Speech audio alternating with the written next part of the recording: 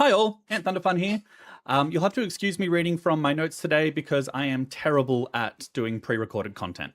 But I just wanted to chime in with a real quick hello to say thank you to everyone who has made PCU another resounding success this year. I started PCU in 2022 as a cheeky little who wants to play games with Pride Month with me, and since then it's evolved, it's grown, and each year we move forward, changing how we do things based on feedback from previous years. This year, I have taken on quite a different role as founder. I have handed the project management practically entirely over to V and Abe, so they have more control over the whole event, while I focus a lot more on playing games with the community. The main feedback I get every year is, for God's sake, Ant, please delegate. So I did that with my whole chest this year. Having V and Abe manage the project, it has been a tremendous relief for me. And I really hope that all of their hard work is recognized throughout the month because they have worked their asses off. I want to do a real quick shout out as well to the project management team with some new and familiar faces. We've got Berry, Mitch, Ivy, JMD, Min, Salem, and Wanderlust. Thank you so much for all your hard work in prepping for this year. And I know y'all are going to shine like absolute diamonds for the rest of the month. So excited.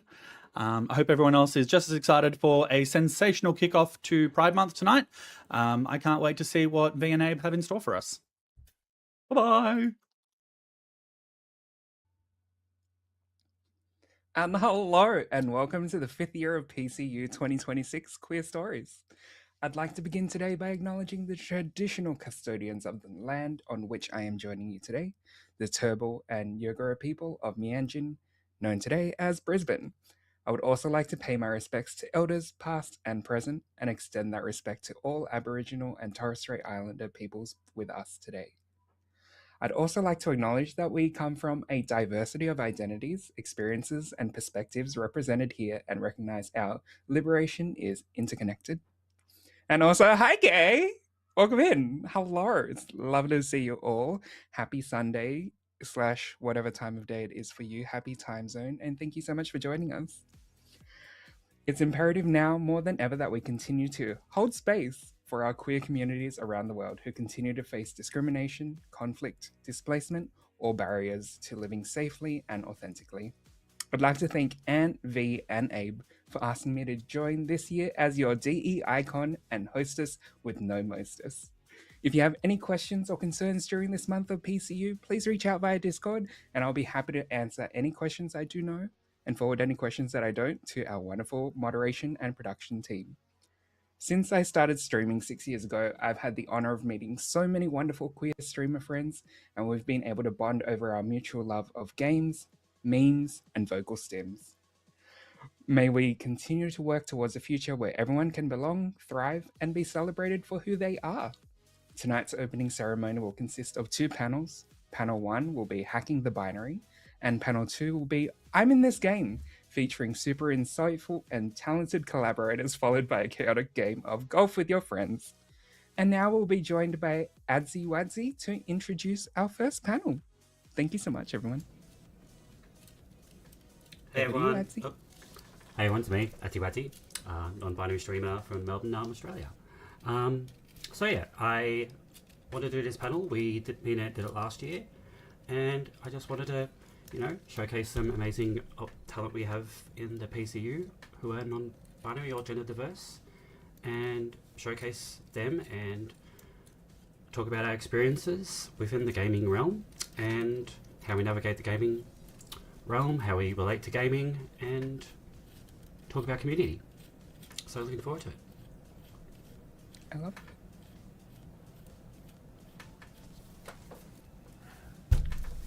Look at these. Hi everyone. Oh my god. Hi. Hello. Yay. Oh. So many lovely faces. And a Doc Zenith. I'm also floating here. So many lovely faces, and also a Doc is here. I'm also here. I'll be here for a little bit, until the train comes. I gotta Nice. That's the form of movement for floating heads is trains. Is that what I'm hearing? Is that it's either trains or giant fireballs. I don't know. Like I kind of toss up between the two. I want to support public transport, but at the same time, fireballs are just so much more convenient. They are. Like. They are much more on brand for you. Anyway, hi everyone. Welcome to Hacking the Binary. So this name has been slightly stolen, but with consent. I'm pretty sure I have written consent that it's fine that it was stolen. So don't you worry about that. We're going to have a conversation today with gender non-conforming and non-binary streamers about identity, expression, and shared spaces that we inhabit, especially in online gaming communities. Like our lovely Adzi said before, we did this last year. And the format that we're doing this year is similar to this year, but we're working on a little bit of a tighter time limit. So we're shifting our focus a bit more towards gender expression, specifically in video games and in digital spaces. So chat is super welcome to participate. Feel free to chuck all your questions in chat and they'll be vibe checked by the mods. We encourage respectful story sharing and we'll try and see if we can do some questions from chat towards the end. Before we do begin, though, I do want to acknowledge that gender is very deeply personal. So today we're here to celebrate queer joy and explore the moments of gender euphoria that shape us and honour the experiences that brought us here. So I guess with that, Adzi, do you want to start off our panelists with their first task of the evening? Yes, so we're going to challenge our panelists to grab an item that brings you gender euphoria and makes you feel good about yourself or sparks queer joy. So feel free to go over and do that if you need. Go find yourself an item that brings you gender euphoria or sparks queer joy. I wanted to be like from here upwards so no one knew that I was wearing track pants, but that's been revealed very early. We're in the same boat.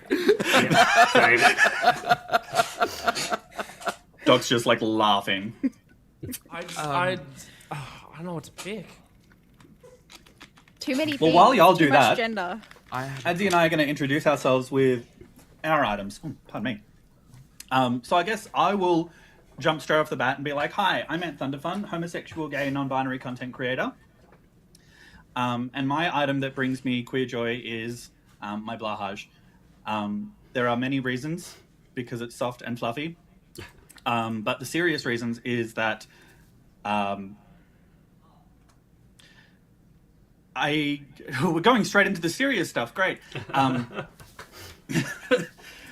Being non-binary, gender diverse, I get the "you're not trans enough" energy from both myself and from the peripheries. So being told with their full chest by Annie, Coral, and "you are trans enough. You are trans if you are non-binary." So this is my blahage that reminds me of that. That's cute. If I had hands, I'd be clapping. Thank you. Thank you. Sadly, you were born without hands. I guess me next. Go on. So mine, I am wearing it. If I just put my camera down a minute. It's my non-binary Saurus Shout out to Jordan. t-shirt by Jordan Rasco. That's so fun. It's not many people know this about me, but I love dinosaurs. Jurassic Park's one of my favourite movies. Not many people know that. I don't mention it on stream or have anything related to Jurassic Park on stream whatsoever. Lies and slander. So I bought this soon after I came out as non-binary. I also got a Stegosaurus pin and the Quizductal pin because I'm just like, I want all the pins that relate to me, and I wear this as often as I can. So I'll probably wear this all Pride Month. It'll get very dirty by the end, but I don't care. Hell yeah. Beautiful. I love those shirts. They're such a vibe. Yeah. Such a vibe. Who's going next? Who wants to introduce themselves next? Oh goodness. I can. Go on, silly. Go on, silly.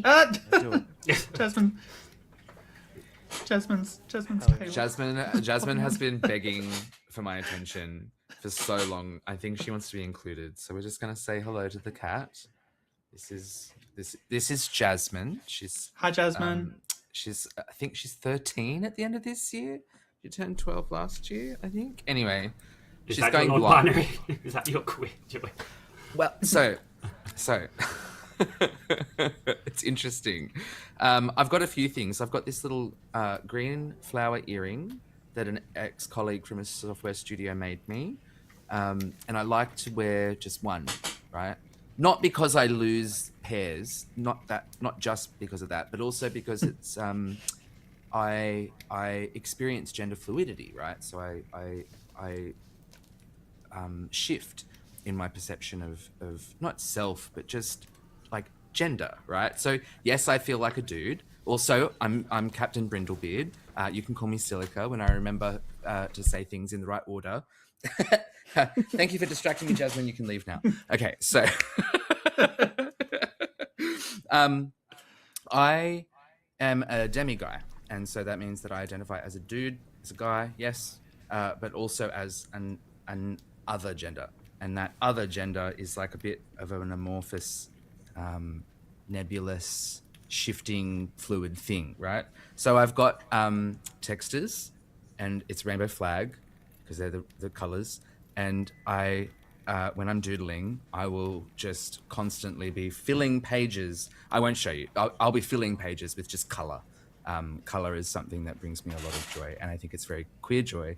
And I think it also connects to like the little nebulous nature of my gender identity, because it's a spectrum and it's light refracting into all these different possibilities. And so yeah, that's why most of my fidget toys have the rainbow metal thing, because it feels like magic.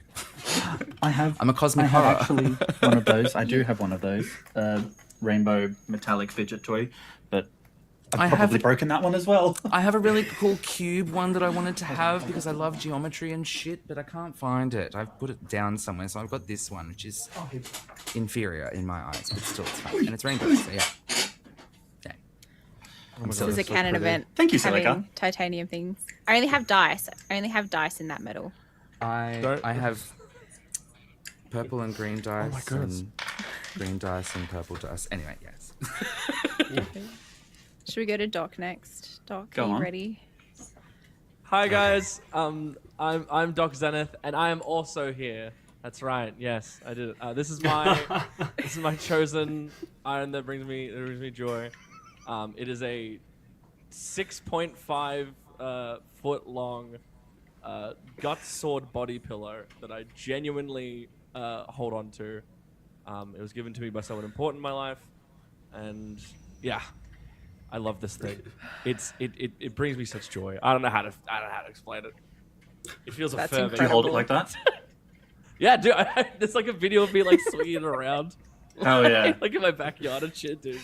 Great. How do you do that without hands? Do you like just like put it in your plague mouth and like, mouth and just like Sheer willpower. I can just think The Doc's sleeping indomitable like this. floating head It's like- spirit. It's like a full body pillow, literally.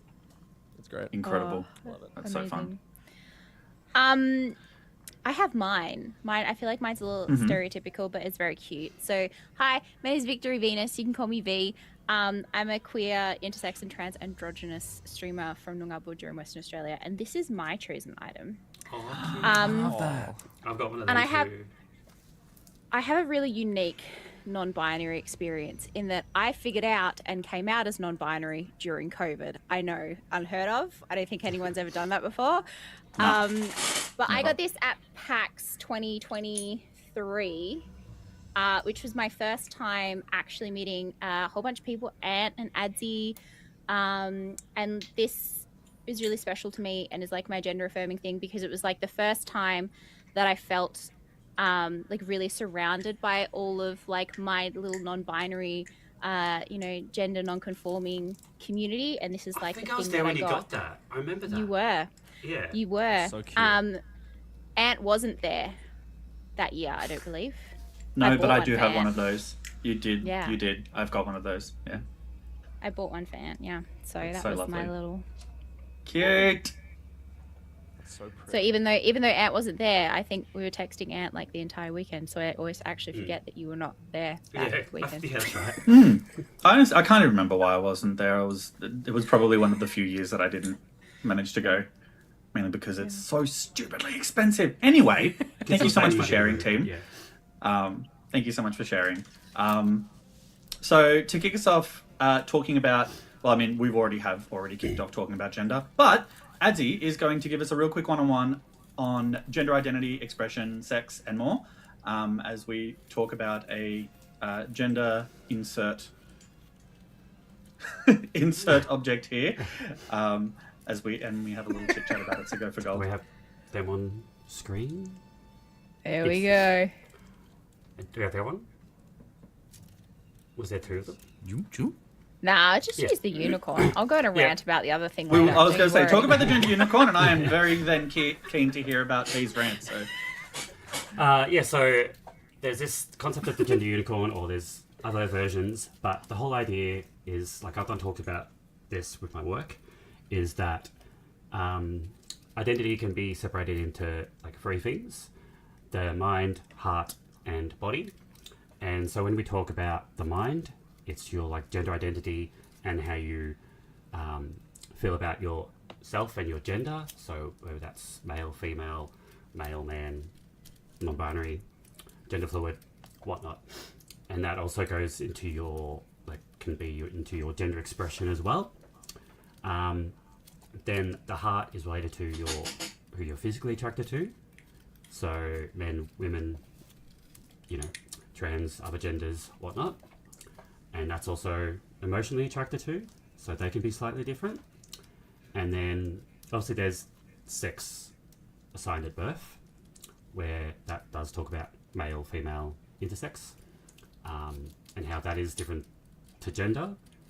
And so basically how your sex assigned at birth can be different from your gender expression and your gender identity, which I guess is what we're going to be talking about in here. And like I said, there's different versions of this, using different gingerbread person. So they mentioned a gingerbread person as well, and we had like not a little fight, but like a little cute little thing. And I was kind of like, I like the unicorn. They were like because going like at it. Like you should have seen it. Look, I nearly left Weapons PCU. were It was- drawn. Yeah, I nearly left PCU. I got jealous. I don't have any. Like I just. Yeah. But I said that I like the unicorn because it's mythical and make-believe, just like my gender. So Whereas I have the opposite thing. So I was like, I said, I think my exact words were, please don't take this as me being critical of your choice. However, I'm going to rant about the frickin' unicorn. I do not like the unicorn for me because I think because I'm intersex and also trans androgynous, there was a time where I tried to like tease those identities apart, and you actually can't. When you are a non-binary person, your physicality and your physiology it plays a massive part into not just your gender expression, but I think Ant said before about like feeling enough in whatever identity that you have. And I don't like it being a mythical creature because as an intersex person, anytime I go into comments where they're talking about intersex people, trans people, it's like, being trans isn't real. It's a mental illness, which is, funnily enough, not actually backed by medicine. Or intersex people, it's like, oh, no, that's a medical condition and you can fix it. So I don't like models that make us mythical because we're very real and we're here. There's as many of us as redheads when we're talking about intersex people. So if redheads are real, we get to be real things too. Redheads are real? Redheads are real. I know. Oh my god! I know. It's How really many of us? interesting, isn't How it? many of us have some kind of ginger follicle in our yeah, anatomy in Yeah. this panel? Yeah. Under the mask, I do. Yeah. Do we all have? yeah. A little bit my beard. What are the statistics of everybody in this panel having a little bit of ginger hair and also being non-binary? And also, Have we just found a new connection? We just Non-binary or also a redhead somehow. causality is what's the term? Yeah. how many of us are Irish? That's an interesting question. So this is Actually, that actually bit I can. this is actually a really big part of some of my answers to come later is my heritage. I don't know much about it, right? I just don't know much about my Irish and Scottish and Welsh heritage, but I bloody well want to. I bloody well. Mhm. I'd love to know what words my ancestors would have used to describe someone like me who, sorry, it's beginning. If you think about Celtic mythology, there were so many gender, queer, fluid, interchangeable gender characters that could shapeshift, and you're going to tell me that they didn't have any words for that. No word for a gender that was expansive beyond male and female. I'm sorry, but when you look at history, that language was anglicized. It was structured in such a way to remove those possibilities of identity from people's minds by stripping a language out of their mouths. That's how they decimated the concept of other genders in so many cultures, right? So yeah, how many of us are Irish? I would also be very curious about how many people connected to. Nice. Yeah. Nice. And on that, then, with talking about our origins and on I guess where we come from and what we do. No, that was a beautiful segue. We've got 3 different parts that we're going to do tonight, and part 1 is discovering our identity. So, feel free to jump in, anyone, right away, with an answer to the question. But the first one we've got straight off the bat is, what is your earliest moment of realizing that your assigned gender just didn't fully fit you? If no one jumps in, I will start pointing. Mine was probably not conscious, but like retrospectively, I think it was the consciousness that a child could have, which is that my mum used to have to try really hard in the early 90s to always buy me like unisex or go into the boys section to get me clothes that I liked, particularly because I was a kid that was mad about Johnson and Friends, and that was only ever in the boys section. Good choice. Yeah. Yeah. I'm just gonna say mine was drag. Easy. Drag for me. Like, I always say that early on in my drag career, I was like, Adam and Ariana Grande are 2 very different people. And my husband often says that when I'm Ariella, I'm a bitch. And I was like, yeah, we're 2 very different people. Like, it's a different persona that I go into. Then I started putting makeup on out of drag, sort of like this and stuff. And slowly, we kind of just merged. And I was kind of like, I like wearing some of Ariella's clothes as Adam and some of Adam's clothes as Ariola. And there wasn't such a distance anymore. And so now we are the same person, and in and out of drag, my pronouns remain the same. They, them. I love that. Hell yeah. Very nice. Oh yeah, hell yeah. Doc, what about you? Don't point at me. I will. No, mine speaks volumes about the what's the word? The societal pressures of gender expression. Let's just say that.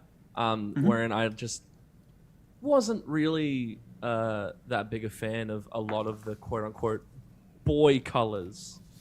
I like purples. I like pinks. I'm a really big fan of blue. Blue's my favorite color. But I started questioning that from a very young age because I didn't feel like I really was I didn't want to roughhouse all the dang time.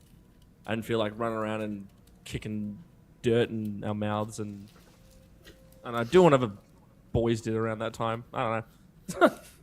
I don't know. I feel like again, like what V said, I think not consciously. I think I did genuinely start questioning from a genuine young age. Same, I think. And I think it's just on that. I think it's always it's about those sayings of boys will be boys, or real men don't cry, or boys don't cry. And all those stereotypical things that I was just I love a good cry. And yeah. It's a top to bit. Boy stuff is very no thanks. I will cry. So right. And I cry a lot. I really felt that, Doc, the whole not expecting, the boy colors thing, that really resonated with me. Just with when I was a little kid, I was like, oh, I'd prefer playing with Barbies. I'd prefer the pink color things. I prefer this. And a lot of that, throughout decades of my life was, that's because you're gay. That's because you're gay. And I was like, yep, cool, I'm gay. Yep, cool, I'm gay. And it was only in the last like few years that I realized, maybe it wasn't all just because I was gay. Maybe there was something else going on. So I agree that there's definitely something happening early on. I remember, gosh, I don't think I was in high school yet. I think I was still in primary school, maybe grade 5 or 6. And I remember we were watching this TV show, and I think it was like cartoon dogs, and some joke was made about one of the dogs getting neutered, and one of the other dogs like teased him or something. And I remember turning to my family and saying, when I grow up, I want to be neutered, because I didn't know what term, right? The only term I knew for that was what I just encountered with these dogs. But when I saw that, I just went, oh, like I've known since I was very young that I wasn't going to reproduce.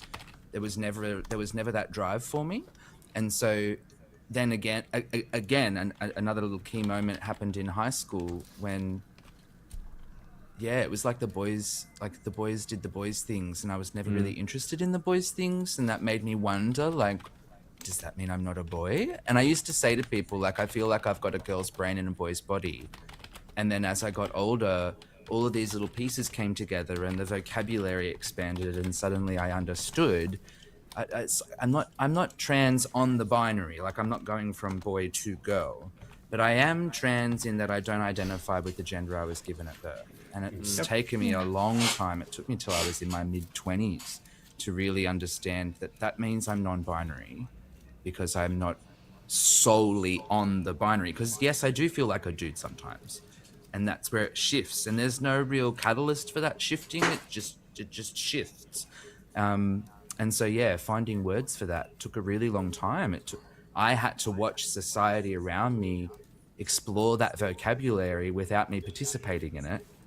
And then finally I found words and went, oh, those are the perfect words for what it feels like to be me, right? Holy shit. And then I had to fight with people about the validity of those words that I found that absolutely beautifully summarized my lived experience. People saying like, oh, but do you really need these labels? Don't you find them constrictive? Like, well, no. Do you, like, you have a wedding band, like Mrs. Doctor Lady. I'm sure that those terms feel empowering for you. Let them be empowering for me. Whatever mine are. Yeah? It's really nice when 100%. like the I guess when you're talking about the language and the when you're a little kid and you have society exploring that around, the amount of women in my life that are my friends who have had kids, who telling their kids from a young age, Uncle Ant's non-binary. They use they them. And that's just part of their life, that they be like, oh, cool, so there's an adult in my life that does that. All right, cool. And it's nice to know that, if these kids grow up and have these things and thoughts and be like, well, okay, no, it does exist, and I'm not a weirdo for it. Well, I mean, I am, but I digress. I guess I don't remember growing up and hearing these terms of like anyone in my life that was like trans or non-binary or for like words different to the gender they were like born with. Like, I don't remember growing up with that, and it wasn't until like I was like 30 or so that I started hearing this a lot more in culture, like video games, movies, TV. That I was like, wait a minute, there's people who identify like me, and like they've put a name to this now, and it's like, this exists. It's a thing. It's not just me being weird or whatever. It's not a fantasy. Lovely. Yeah, it's like, wait, this is real. Like, other people it's feel a like documented this. phenomena that other people go through. This is legit. Like I'm not making it up. It's like something people can experience. Maybe I am actually experiencing that imposter syndrome of like, I found these words and they feel right, but I'm still questioning whether that's real. It's wild, hey. And then similar to Ant and a lot of other people's stories, as soon as we connect in community or see representation in media, we start going, oh, I like it feels real. And like people who have never had like a lack of validation in their life don't really understand what it can feel like to finally have a piece of your identity validated, right? Like, and I don't mean seeking validation and wanting attention. I mean like finally, for the first time in your life, having someone use a pronoun that actually refers to how you see yourself, that is an incredibly powerful experience. And you only get that in community. You only get that through connecting with others and seeing other people like you and talking to them about what is it like for you, you know, when you have a day you wake up and you're like, man, I want to shave off my beard, but I know I'll be sad tomorrow, but I just want to be really femme today, you know, like, anyway. I think there's for people who want to look into it, there's a really interesting philosopher called Wittgenstein who talks about language games and about how the language that we use and the way that attributes meaning can either give it like power or take it away. So I'd really encourage people who haven't read about Wittgenstein or language games to have a look at that. Speaking of language, as a segue, I'm going to backseat host right now because we have 3 parts and we are well into our panel and still on part 1. So the next question I believe is around like how labels have changed for people over time and what labels did they originally use and where are they at now. I'm wondering if we cover that very quickly and then move on to part 2. Yeah, absolutely. And I was going to say, I think we covered quite a bit on how you came to identify now. I think we talked about that a bit, and what our journey looks like. But I think I was actually thinking of jumping straight into that next question that we have, which is going to lead more into the video game side of things, which is what helped you understand yourself better. So people, media, games, moments, Silica mentioned communities. That one wasn't Jasmine. That meow wasn't Jasmine. Oh, No, that's my cat. That was someone else. That's my cat. I think my eye-opening moment, because I got diagnosed intersex when I was 15, so that was a challenge. But I think my way of responding to that was like they didn't use the term intersex, right? So then I didn't have a word that explained my experience, so I just kind of kept going on being a woman for many years and trying really hard at it. I was like the straightest woman you'd ever met in your life for a few years there. I've seen the photos, yeah. You have seen the photos. But I think for me, it was Ruby Rose and seeing Ruby Rose, I believe it was on MTV. And they were talking about their like gender fluidity. And I think that opened up things for me. And I remember my mum and I having a conversation. She was like, well, do you see yourself as being a boy? And I was like, oh, no, I don't really see myself as like being a man. Clearly, I'm not gender fluid because I don't go between the binary things.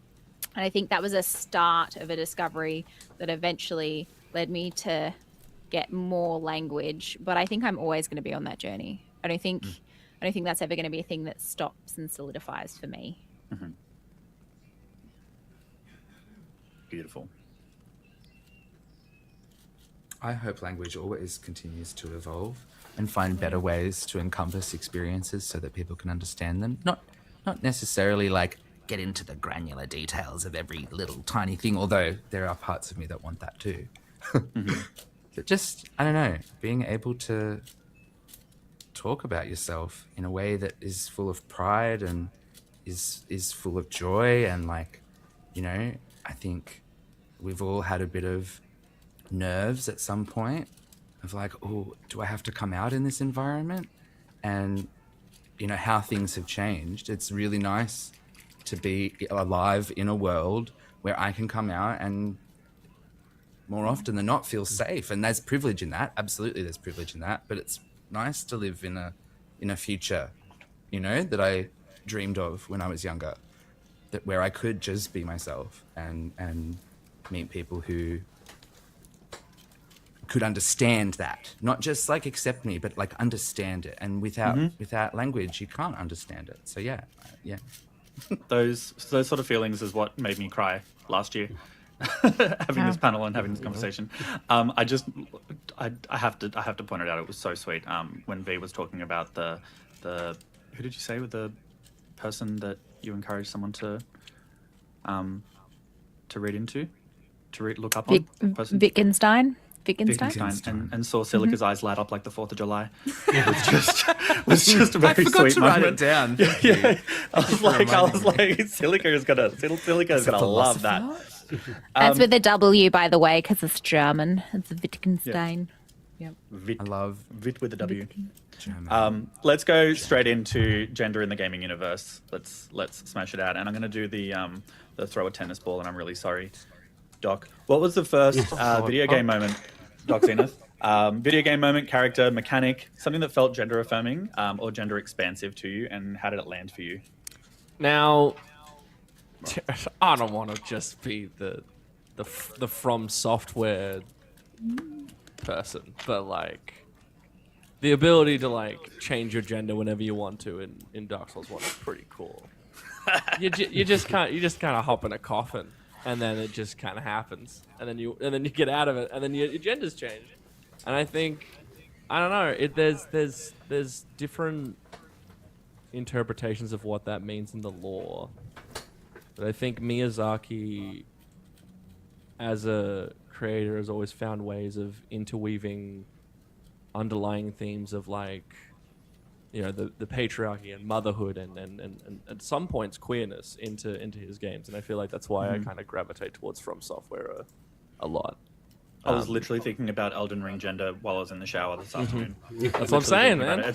I went through and did a one of the like tutorials or just like a guide on building a character in Elden Ring because I wanted to make a really stunning looking character, and I realized because there's so many things that you can edit and go through. So I went through a guide and did a face of Triss Marigold from The Witcher in Elden Ring, and it's flawless. She's fucking stunning. Like the when you follow it point for point with the eyes and everything. And then when I went to start the game, I accidentally flicked it to body type 2. So it's Triss Marigold's face with this beautiful, stunning, red-headed, freckled face, beauty of a woman with a fucking ripped chest, and With a rig. with a fucking loincloth over the whoozy whatsy down the bottom, and I'm like, this is great. This is great. That's awesome. At nowhere does it say boy or girl. It does the cheeky body type 1 and 2, which I think is fun. So I really feel like, I think From Software has like kind of hit the nail on the head for me. Like, I mean, It's insane like, that you pulled it from Software. I mean, like, come on, man. Like, you had a story about it. Like, really, there's That is- something there, The right? last dev company I would have expected. The last game series I would have expected. to Miyazaki bring knows Gender what he's Euphoria doing, man. Oh yeah. Oh yeah. I love body type insert number here. Yeah. Exactly. I've got a real thing for number 8. That's ridiculous. Well, on that then, the next question we have up is: how do you explore or do you express your gender in games, and what does that look like for you? Silica, I reckon you've been balls deep in Baldur's Gate recently. Oh, that character customization is so much fun. Being able to just just imagine what you could look like, or imagine what a person could look like, and it's just so much fun. And I know that a lot of people watching this and being a part of this conversation would resonate with that statement. But in terms of exploring gender, I think there's something really powerful in just being able to put on a mask. And you can do that not just in video games, but you can do that in theater. You can do that in tabletop RPGs. It's incredible. And some games are specifically geared towards giving you space to explore those things, like in character creation, or some tabletop games that encourage you to play with neo-pronouns. Like, oh, what a great way to break your brain if you ever want to bend a little bit of your brain muscles and grow some new neural pathways. Look into neo-pronouns and try practicing them. Oh, so much fun. Anyway, so for me, I've played back earlier days, Final Fantasy X. I used to dream that I could dance in the water and make souls have a happy afterlife. And no, I haven't finished the game, so I don't know if that's all that happens. But, I used to imagine myself in those kind of clothes. These flowing, elegant, colourful and like mystical clothes. And to a young me, that's very feminine, right? But I wasn't really attracted to women. And when I saw the artist Pink, I didn't want to like be with her. I wanted to be her. And so then character creation comes along, and I'm not just playing with the clothing that is typically feminine was fun. But now I can play with like butch women and sort of like explore this idea of like, you know, that's just me exploring gender, not necessarily mine, but I'm exploring gender in that, right? Yeah, it's just interesting whenever you can challenge your own sort of what's it called, knowledge assembly, right? The way that you've structured, the way that you understand the world, and the words that you use to understand that world, and the categories that you have. Anything you can do that challenges that or expands your awareness and conceptualizing possibilities that are unfamiliar, that's positive. Like that's character building. That's productive mental exercise.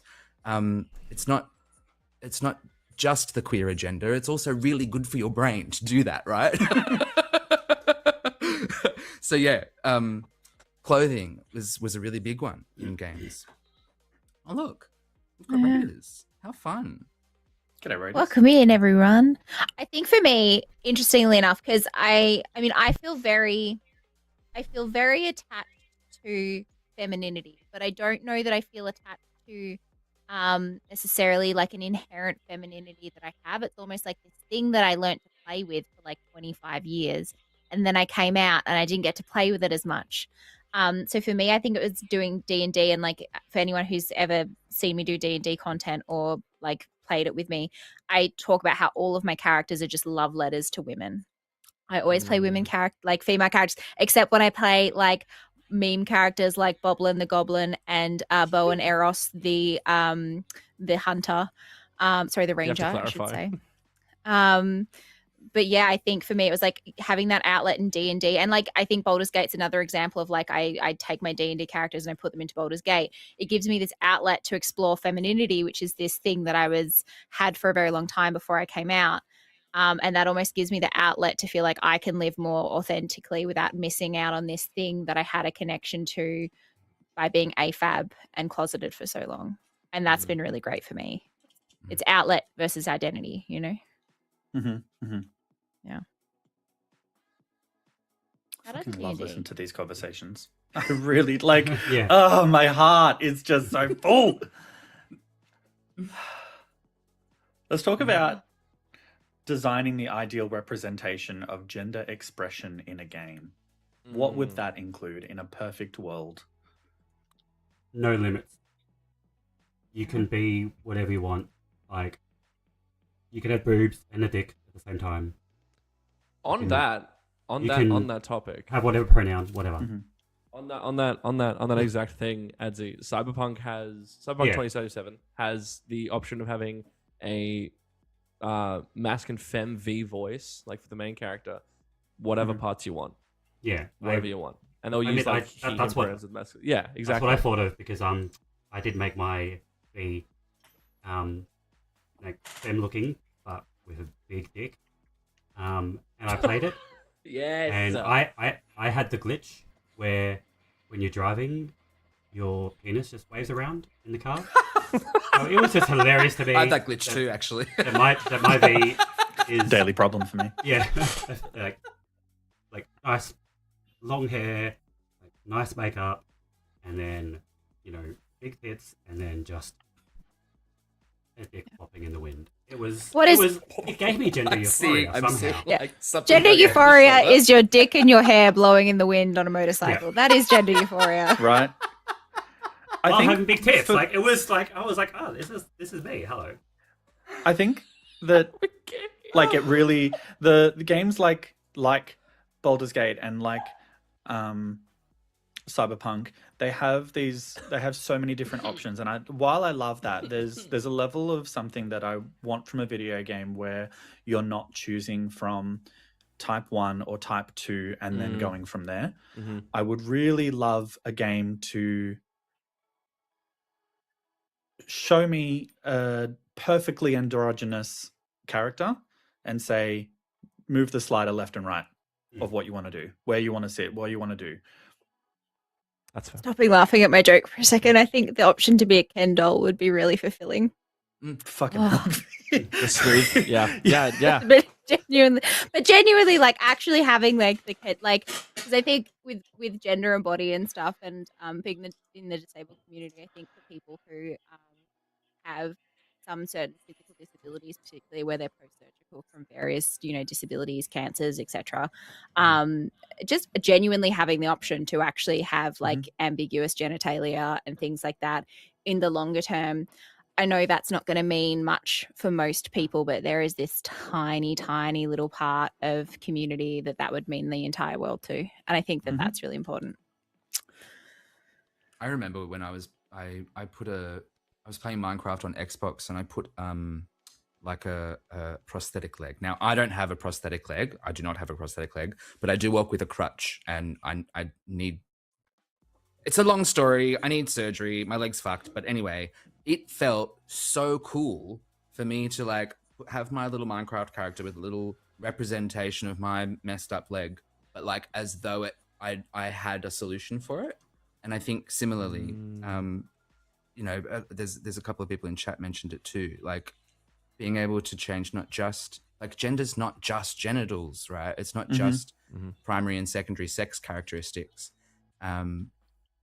Part of the nebulous feeling in my gender sometimes is just this like it's so weird. It feels like it's it's so weird. This is gonna make me sound so bizarre. Anyway, it feels like if you think about mist, okay, think about mist and particularly also think about like the way that stars get born in clouds of stardust, right? So you've got this mass of particles that are just this cloud, right? And it's like it's the sound, right? It's like not ominous or anything like that. It's just like nebulous, yeah. It's just nebulous. So like Murlocs in World of Warcraft. Oh, see, I don't play. No, like I think there's absolutely something about like the amount of times that I've said that my gender is just a plume of blue smoke. Like, like, So real. And like, but like if I'm playing a game with a slider, right? Like, and I'm choosing my character creation, I could make it look like me without the game saying, "Oh, you want man character. You want man. It's like not the Google search. not, Did you mean? Yeah, right. It's not genitals. It's not how my flawless facial hair looks. It'd be beautiful to have this slider that goes not left and right, up and down. However, you start off with a singular model and it changes to look how you want to look, and the game's not going to say, "Oh, you meant." Anyway, anyway, Sims is good at like that. No, I get what you mean. Yeah. Yeah. I think there is definitely more work to be done in Oh, yeah. terms of inclusivity in video games, and I think that I'm excited to see what we do. You know, And I think we've got a long way from like left is male, right is female, and a slide in between the two. Yep. We've Like, come okay, far. well, There's still further to We've go. come so far with hairstyles in video games. In Oh my god, right? Give me space buns. I want space buns They're with a beard. right? In every game. Every game. Yeah, space buns in every I do. game. Yep. Yep. I think And- we're going to move on. and- it's the hair. Every game and every race. Blizzard, looking at you. Anyway. Every race. Yeah. Let me be a. Anyway, we have about 10 minutes or so left on our panel, so we're going to jump straight into part 3, which is, I guess, navigating a little bit away from what gender expression looks like specifically in video games and what the representation looks like in video games, and moving more towards acknowledging the fact that all of us here are streamers. We're all content creators. Wait, what? And We are? we are, as far as I'm aware, yes. Can you think of what sort of tools, boundaries, or strategies that you've got to help you navigate Twitch as a gender non-conforming streamer? Half my mods are trans. Get yourself trans mods. that's works. That's Hell yeah. this. Mhm. Yep. Yep. I like Transmogs candles doing and cross my transmogs. fingers. I think like Join the PCU. yeah, PCU, building Be community. a part of the PCU. Build a community. You know. Have Doc Zenith feelers out also there, see here. what happens. Yeah, but have me be also here. I am very expensive. So. Do I would genuinely recommend. I nearly did this training for like a workshop for a streamer organization that didn't quite work out.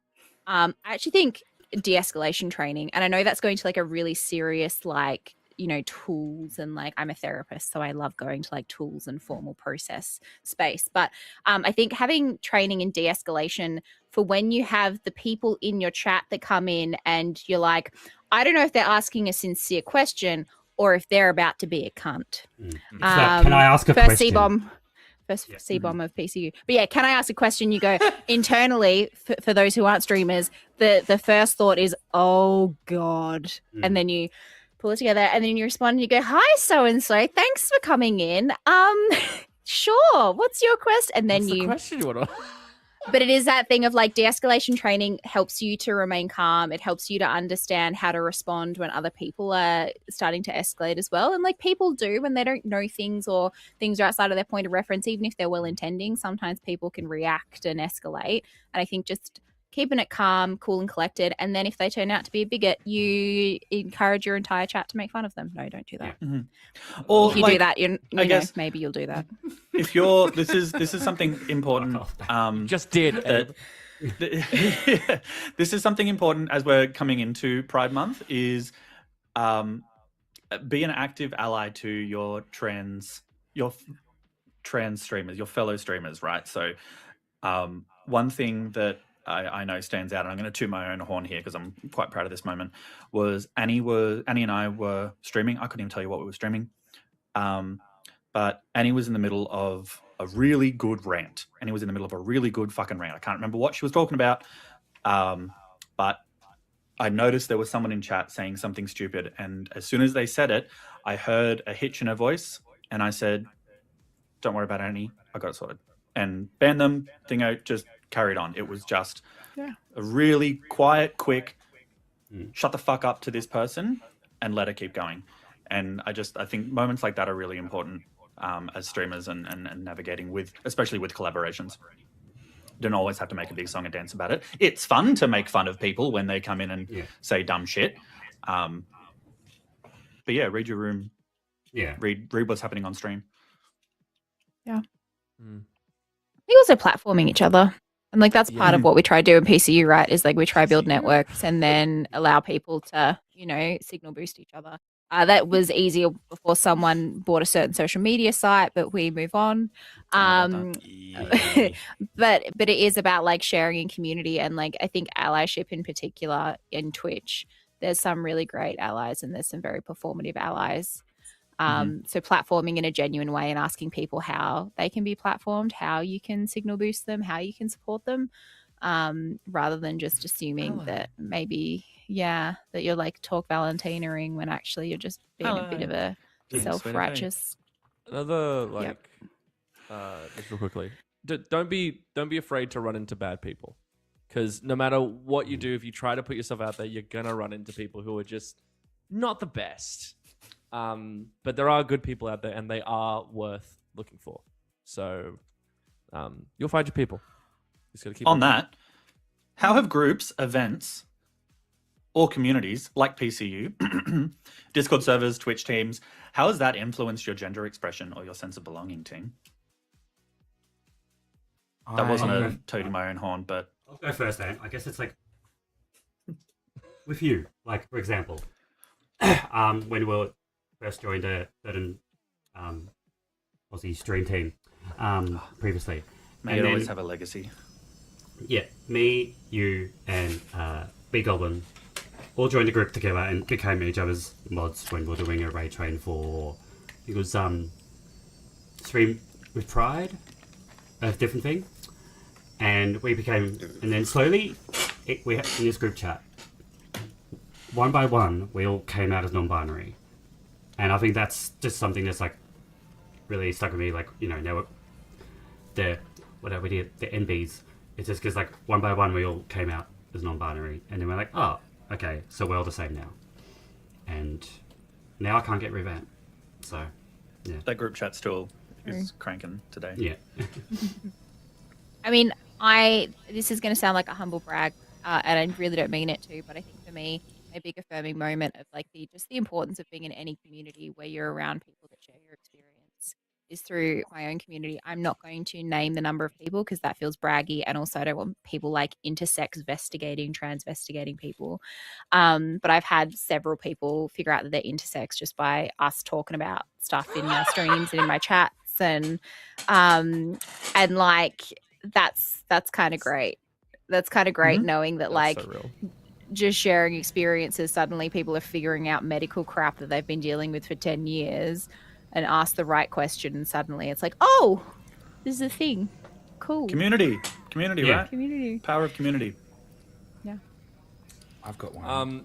Okay, Oh, so I just there want you to go. quickly say, literally, as you're saying this, V, someone who is watching the stream is in my DMs saying that they think they might be intersex because of how you described being intersex.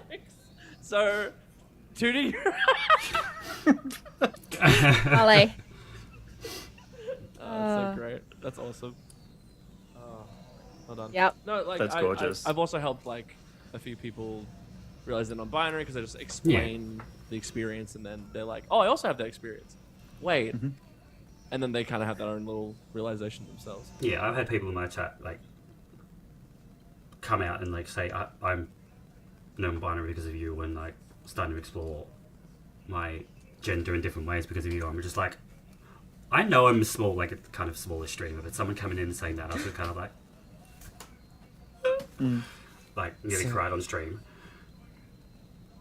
I think it's interesting that you've all sort of touched on the exact same thing. That so Zenith said something that reminded me of something I said once to a student.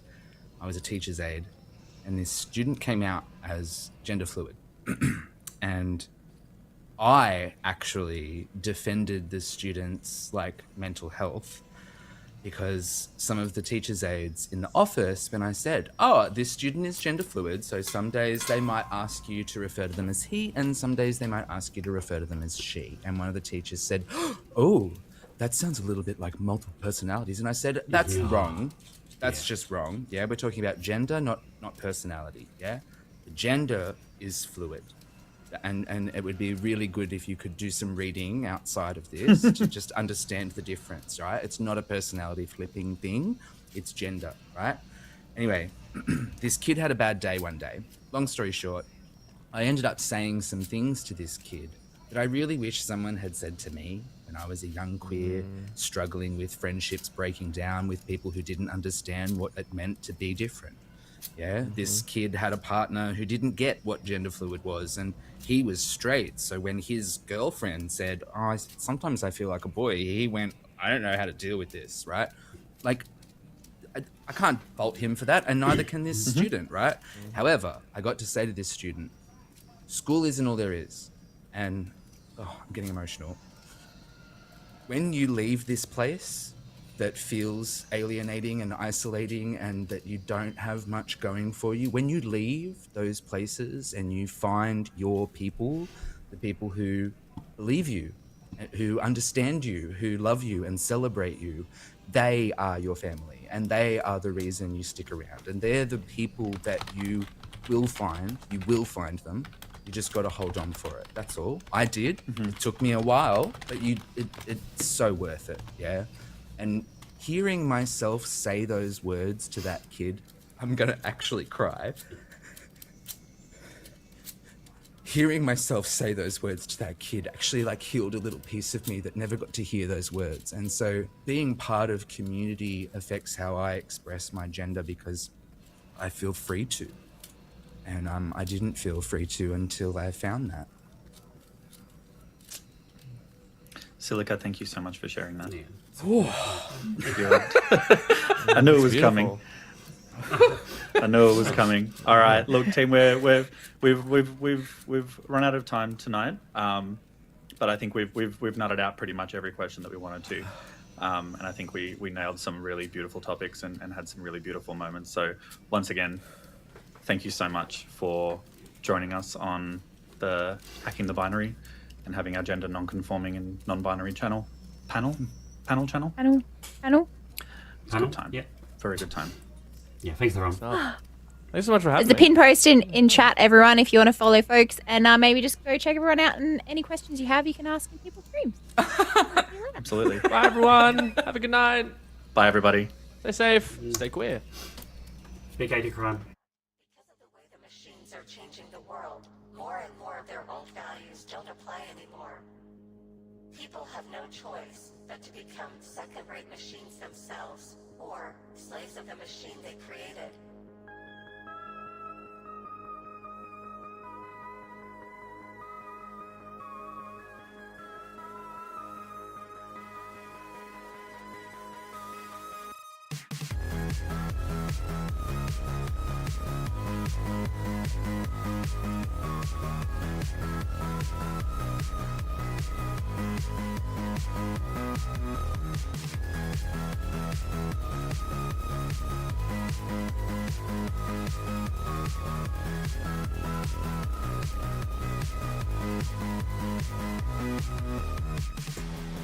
So lay me down, pull me under. I'm falling for it. What do they want? I'm a bad machine, keep 'em away from me. You're my mentor, I don't know. It's a bad, you're a bad machine, ready to go. It's a bad, you're a bad machine, ready to go.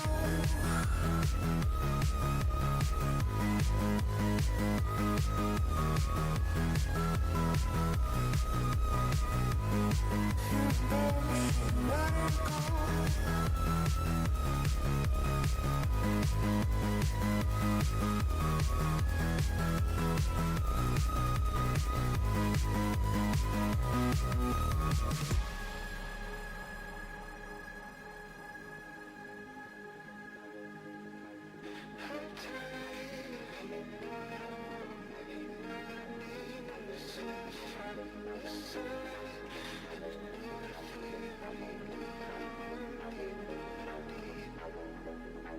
I'm not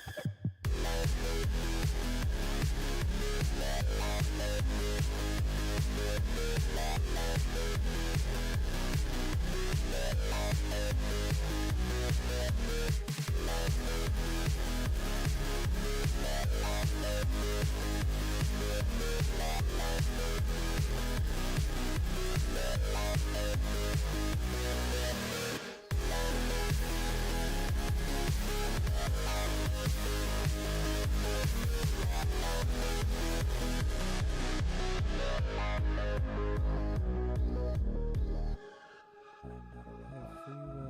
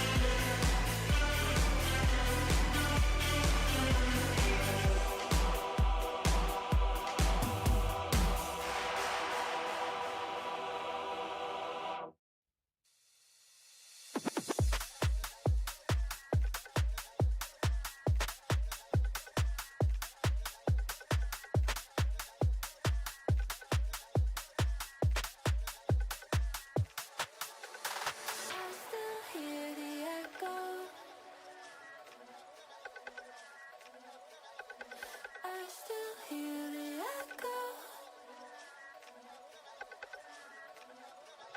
I still hear the echoes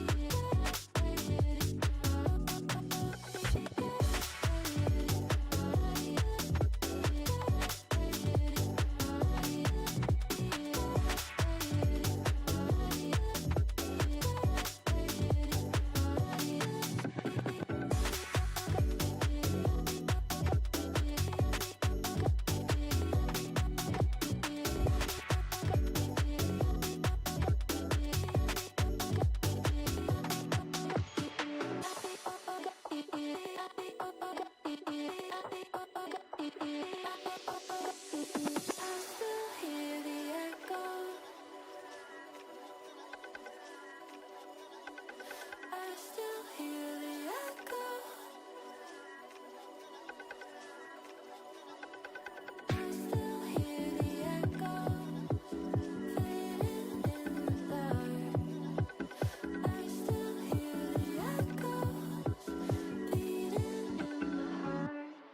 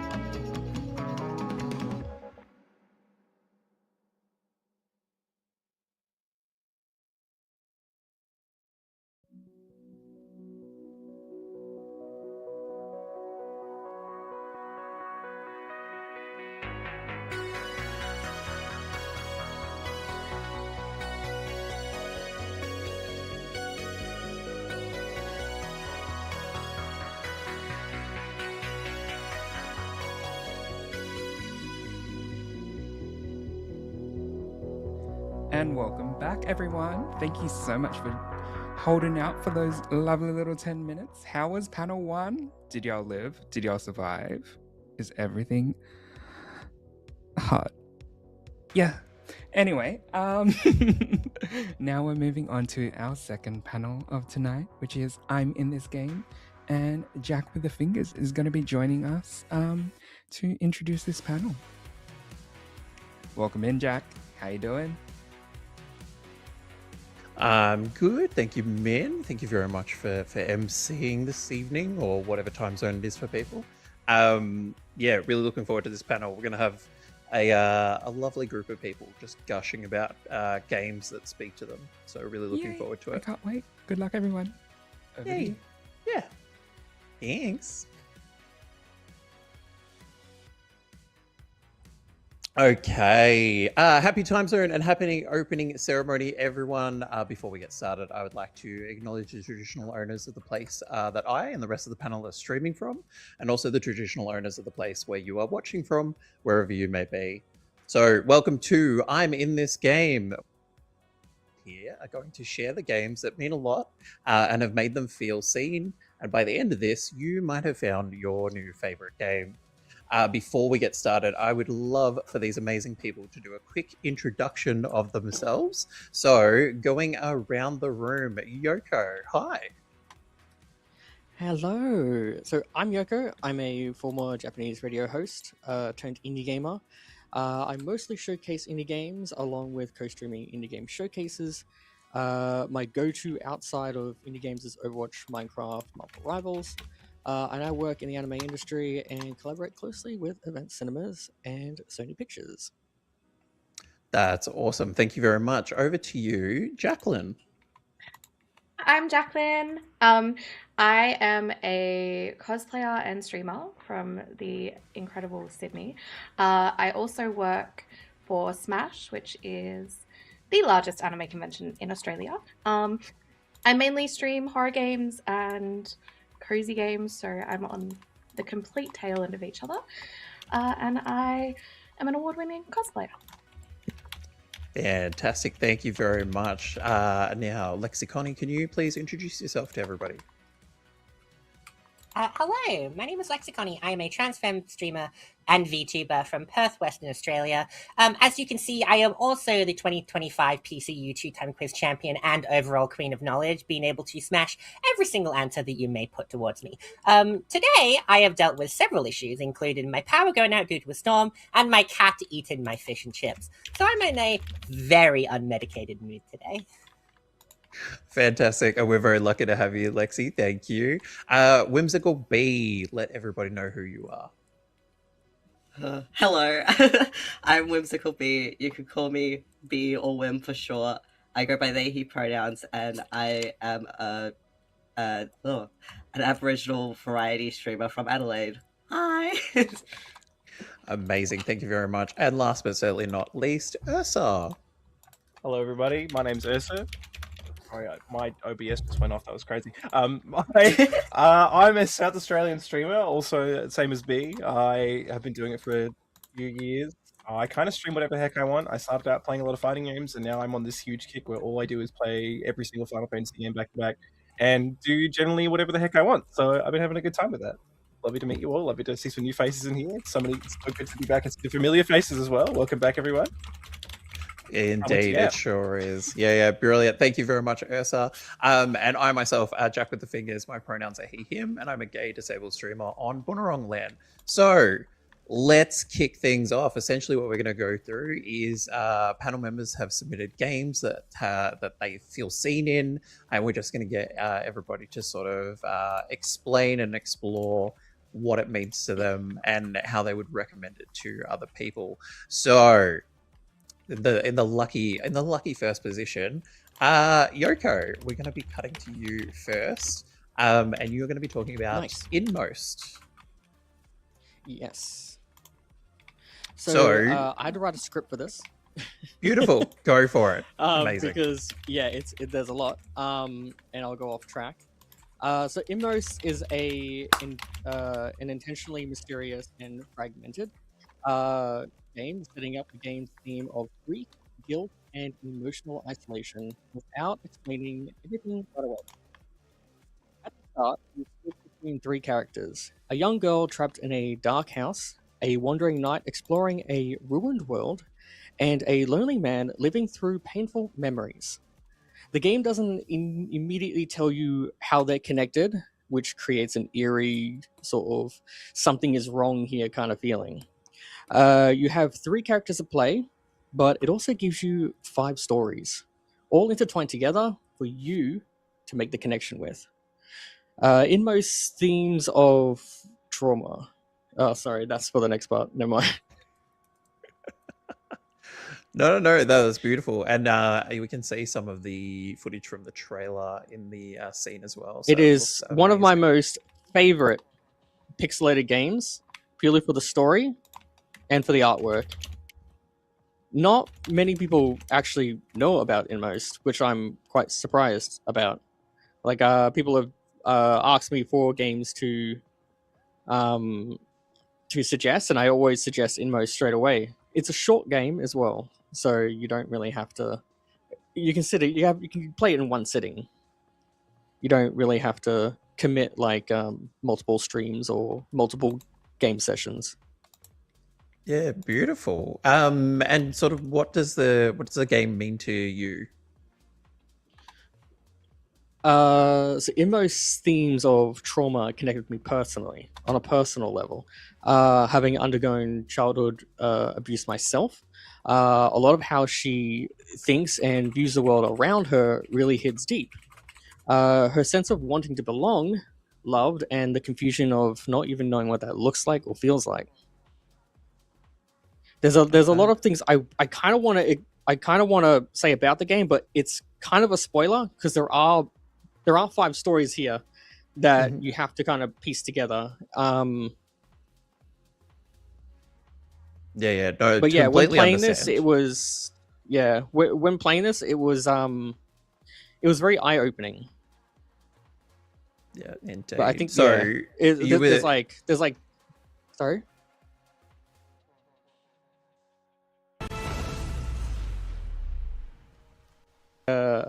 Think about 5 things that actually connect with me, and one of them would be childhood trauma and stuff like that. So going through this, it was and it's by Chucklefish as well, because I found out that I laugh just like their mascot, which is pretty funny.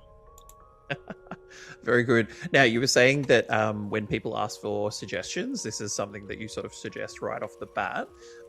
Why should someone play this game? Why do you usually suggest it to people? It's one of those rare games. It uses gameplay, music, and storytelling together to create a genuinely emotional experience. Unlike my script, the game.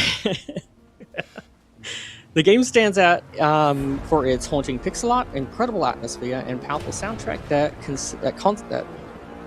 constantly, not consistently, well, kind of consistently, it builds tension and emotion.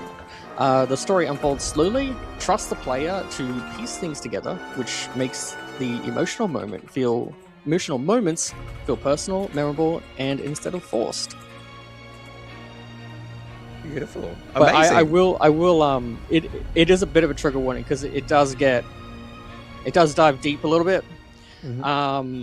So there is a bit of a trigger warning before going into it. But the gameplay is solid. The night gameplay is actually pretty sick. Until you find out, the trauma. Beautiful. and then Beautiful. It just becomes personal. Yeah. No, look, I just like from the trailer alone and what you've sort of shared around the experience in playing it, like very, very enthused about it. And we are kicking over to your second one. So, Koa and the 5 Pirates of Mara. Can you sort of explain a bit about this game? So I wanted to pick a contrast to Inmost, and this is probably like the complete opposite. It's bright, colorful. But Koa of the 5 Pirates of Mara is a bright and adventurous 3D platformer where players explore tropical islands, collect treasures, and take on pirate-themed challenges. With fast-paced movement, colorful environments, and a relaxing atmosphere, the game delivers a fun and family-friendly adventure inspired by classic collectathon platformers. 3D platforming, you can run, jump, slide, climb, and dash through colorful islands, environments inspired by classic collectathon games. Yeah, You can also amazing. unlock cosmetics while enjoying the beautiful world that is Mara. Love it. It's No, also, look, and you definitely got the contrast right, that's for sure. Yeah, it's actually a really, really fun play. This is probably, in my opinion, probably their best game so far that I've played. High praise, high praise. So what does Koa and the Five Pirates of Mara sort of mean to you? I found anime at an early stage, probably around about early teens, and I found it as an escape through the misery that I was going through. And a studio that makes games inspired by Studio Ghibli as well. This is sorry, I've gone off script. That's why it's kind of That's okay. Yeah, but it gives a somewhat of a classic Nintendo games feel without the console restrictions. It's fun, not super competitive, and it's absolutely adorable. Was that an ad? Oh, never mind. Sorry. No, you're all good. Also, the studio is fun to work with, and they have come a long way since their first game, which was back in I think 2016, and it was like this 3D world sort of survival kind of game. I forgot the name now because I'm pretty sure it slightly changed title. But basically, if you played Ratchet and Clank, Gladiator, and if you remember the separate world that you would teleport to, and you would be walking across a planet, and you would actually see like the curvature, that's the kind of like setting that it gives, but it's on like your own privatized planet, and you can do things like farming and stuff like that. So yeah, some of their games are also inspired by Studio Ghibli, which is goes back to my connection with anime. Like their game Mika and the Witch's Mountain, which was inspired by Kiki's Delivery Service, and their upcoming game Elusive, which I believe is inspired by Arrietty, but that's kind of unconfirmed. But it's got the same sort of setting. You're like miniature in like a regular sized human world. Yep, beautiful. The other than just because I think a lot of us have been enthralled by the trailer that's been going as we've been talking. So other than being able to pet dogs, which usually is a massive green tick on games, why would you sort of suggest other people play this game? Well, it's family friendly, so anyone can play it, and it's not particularly focused on your skill level. They make all their games. Studio Ghibli makes all their games, including the Five Pirates of Mara, accessible for everyone. So you don't really have to be highly skilled to play it. You can go back and replay all the missions as well. And the cool thing about their games is that they're all connected in one universe. So when you play Five Pirates of Mara, you'll actually find characters from their other games sort of like lurking about, or you can interact with them, and you can actually even race them as well. Okay, wicked. Sounds really, really cool. I'm definitely gonna have to check out both because both of them look amazing, and I had never heard of either of them. So thank you very much, Yoko, for sharing. Now, next up, we are going to cross over to Jacqueline. Jacqueline, can you explain to us Fishbowl? Okay. How do I explain Fishbowl? It's a very interesting game. It is based around a young girl who moves away from home to go work, and it's set just as the COVID-19 pandemic is happening. So it's basically an exploratory game over the space of a month where she's dealing with the grief of a death of a family member while also being thrown into this lockdown where she's really like isolated, plus also having to then move into the adult world, right, which is difficult, as we would all know. And yeah, so it's not a very complex game, but in terms of the themes it explores, it's quite complex and really quite confronting.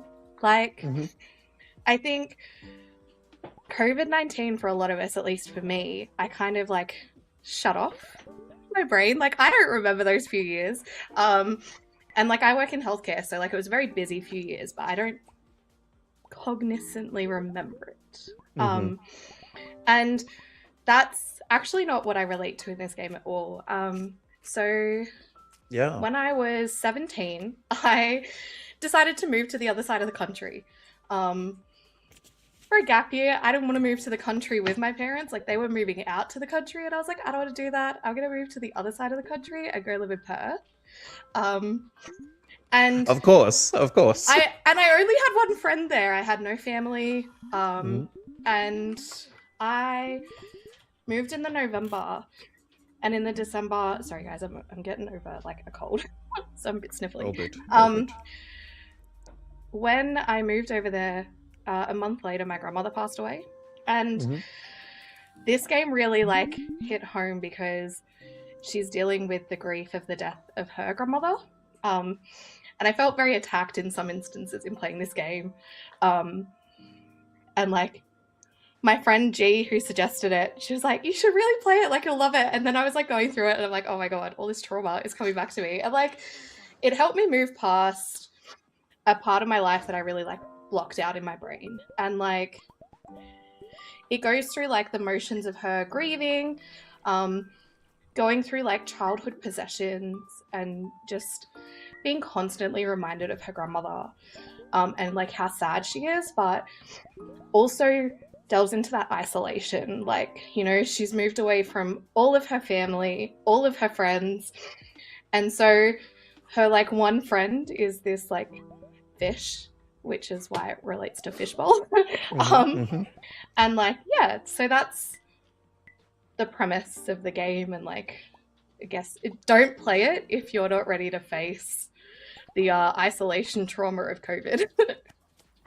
I think, look, and the having a look at the footage as well, like it's really, I think a lot of us have probably been like jump scared by like, you know, oh, isn't this cute and adorable? And then you get halfway through and it sort of grabs you by the throat and you go, oh yeah, okay, I'll feel some feelings. But no, it's really lovely to hear the way that you talk about it and the way that it's sort of like what it's meant for you. What would you do in suggesting people to play this game? Be really prepared for the themes that it goes through, because it really does deal with like that really heavy grief, that really heavy isolation, and that like feeling of like almost like helplessness that you get when you feel like everything in your world is just like crumbling. And some people didn't enjoy it, but it is quite monotonous in its tasks sometimes and quite repetitive. But I think that's such a true reflection on what we had during COVID.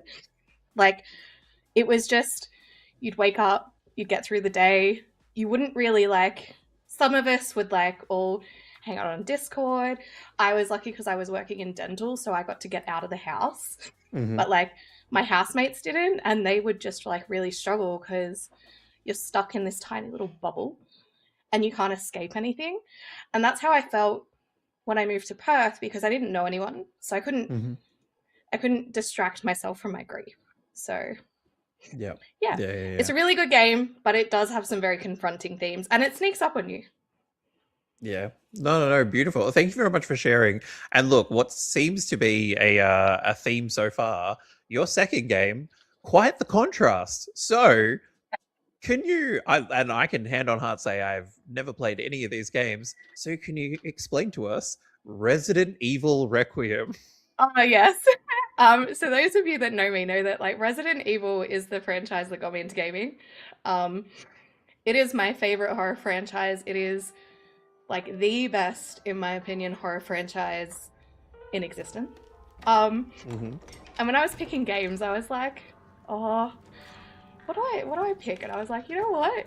Let's be like really left field. And it's not because of Leon. So one of my friends, I was telling her about this, and she was like, you picked it because you love Leon. And I'm like, no. But for those of you that don't know, this is chronologically the 9th installment in the franchise. And it takes you back to Raccoon City. So there's a lot of PTSD and trauma that it delves into, which is not what I relate to, but it's one of the big themes of the game. And I think it's done very tactfully in how Capcom have done this, like especially with the dual points of view. So Leon, you're running through, like the zombies are running away from you. Grace, on the other hand, you're running away from the zombies, which I found a lot of fun. But yeah, like, I mean, the game kind of speaks for itself. You're running around chasing zombies, guys. You're solving a lot of puzzles like that. It is a Resident Evil game in its purest form. Amazing. So, if it's not Leon that sort of speaks to you in this game, what does speak to you in this game? So it's actually Grace, and I think it's kind of convoluted in how I relate to her. It's very much her determination that I relate to. So she is not a field agent. She is not someone who wants to be in this situation. She wants to be booking it out of there. But she finds herself in this situation, and she's absolutely terrified. And I think there's been a lot of situations in my life that I've been so scared to just like put myself out there or take that leap to do something. And like I really relate in a different way, because like obviously I'm not stuck in some like facility running for my life. But just her determination that even when she is like terrified, she is shaking with fear, she's like, I just want to book it out of here. She's like, no, I've got to like save this little girl, and be like, just like force herself to just do it. And I very much am like that. I'm a very determined person. If you tell me I can't do something, I will do it. And then be like, told you I could do it. So it's the best thing you can always say to me is, you can't do that. I'll be like, yes, I can. And I really, really relate to that. But I also think there have been times in my life where I do have like everyone, like that little bit of trauma you have. And I think the way that, and this is where like I do find I relate to Leon a little bit, is that being able to face that head on and move through it is something that I find I have learned to do over the years. And like it takes a lot of life experience, but you really see that from him in this game, and I think it's done very tastefully. You know, as much as I want to be like, it's just like a fun little pew-pew action game, it's actually got a lot of underlying mental health themes. I think I cannot think of anything off the top of my head, but I do appreciate when it's like when it hits you with, let's say, the hard stuff, and then it's like, and now you can go solve some problems with a roundhouse kick, just to you know, give you a bit of a breather. So definitely love that. Yeah. Like, you're like you're riding a motorbike, and then you see someone on like Twitch, and they've modded in like a toilet seat, and you're like, oh my gosh, if that isn't the Resident Evil fandom, that is. Amazing. Well, thank you very much, Jacqueline, for your 2 games. I'm sure there'll be people trying both of them. Okay, over to, and we're very thankful to have, due to the WA storms, Lexi Connie. Lovely to have you here. Now, your first game is also one that I've never played. So, can you please explain World of Warcraft? Okie dokie. So, have we all heard of drugs? Yep. Great, fantastic. World of Warcraft is the equivalent video game of real-world drugs. You start at an age in which you probably shouldn't be playing it, and then you're addicted for life. That's the best explanation of World of Warcraft, but for a more generalized view. World of Warcraft is a MMORPG, which stands for Massively Multiplayer Online Role-Playing Game. I also just realized my mic was pointed in the wrong direction. All good. We got you now. So the game takes place on the world of Azeroth Mhm. and other places, which is a setting filled with your basic fantasy tropes, mixed in with a little bit of sci-fi and other elements. But the primary idea is that you are a character in an RPG playing with a variety of other players in this massively multiplayer online world. There are two factions, the Horde, which is the best faction, and the Alliance, which is the worst faction. And you make a character based on whichever faction that you so choose to pledge your allegiance to. These elements of faction loyalty have slowly been eroded over the years, but the idea of the game is still set in creating your character, fighting for your faction, making your character a better and more improved version of itself when you first made it. You do this in a variety of ways, but by primarily gathering things called gear. You find a shoulder piece, you find an axe, you find a dagger, you put a helmet on. It's basically Dungeons and Dragons, but just with keyboards. Amazing. What about World of Warcraft particularly speaks to you? So, there are multiple elements personally for me in which I think World of Warcraft has made me feel seen throughout the years. And interestingly enough, the first topic I want to talk about actually has nothing to do with me being queer, because it is the exact opposite of that factor.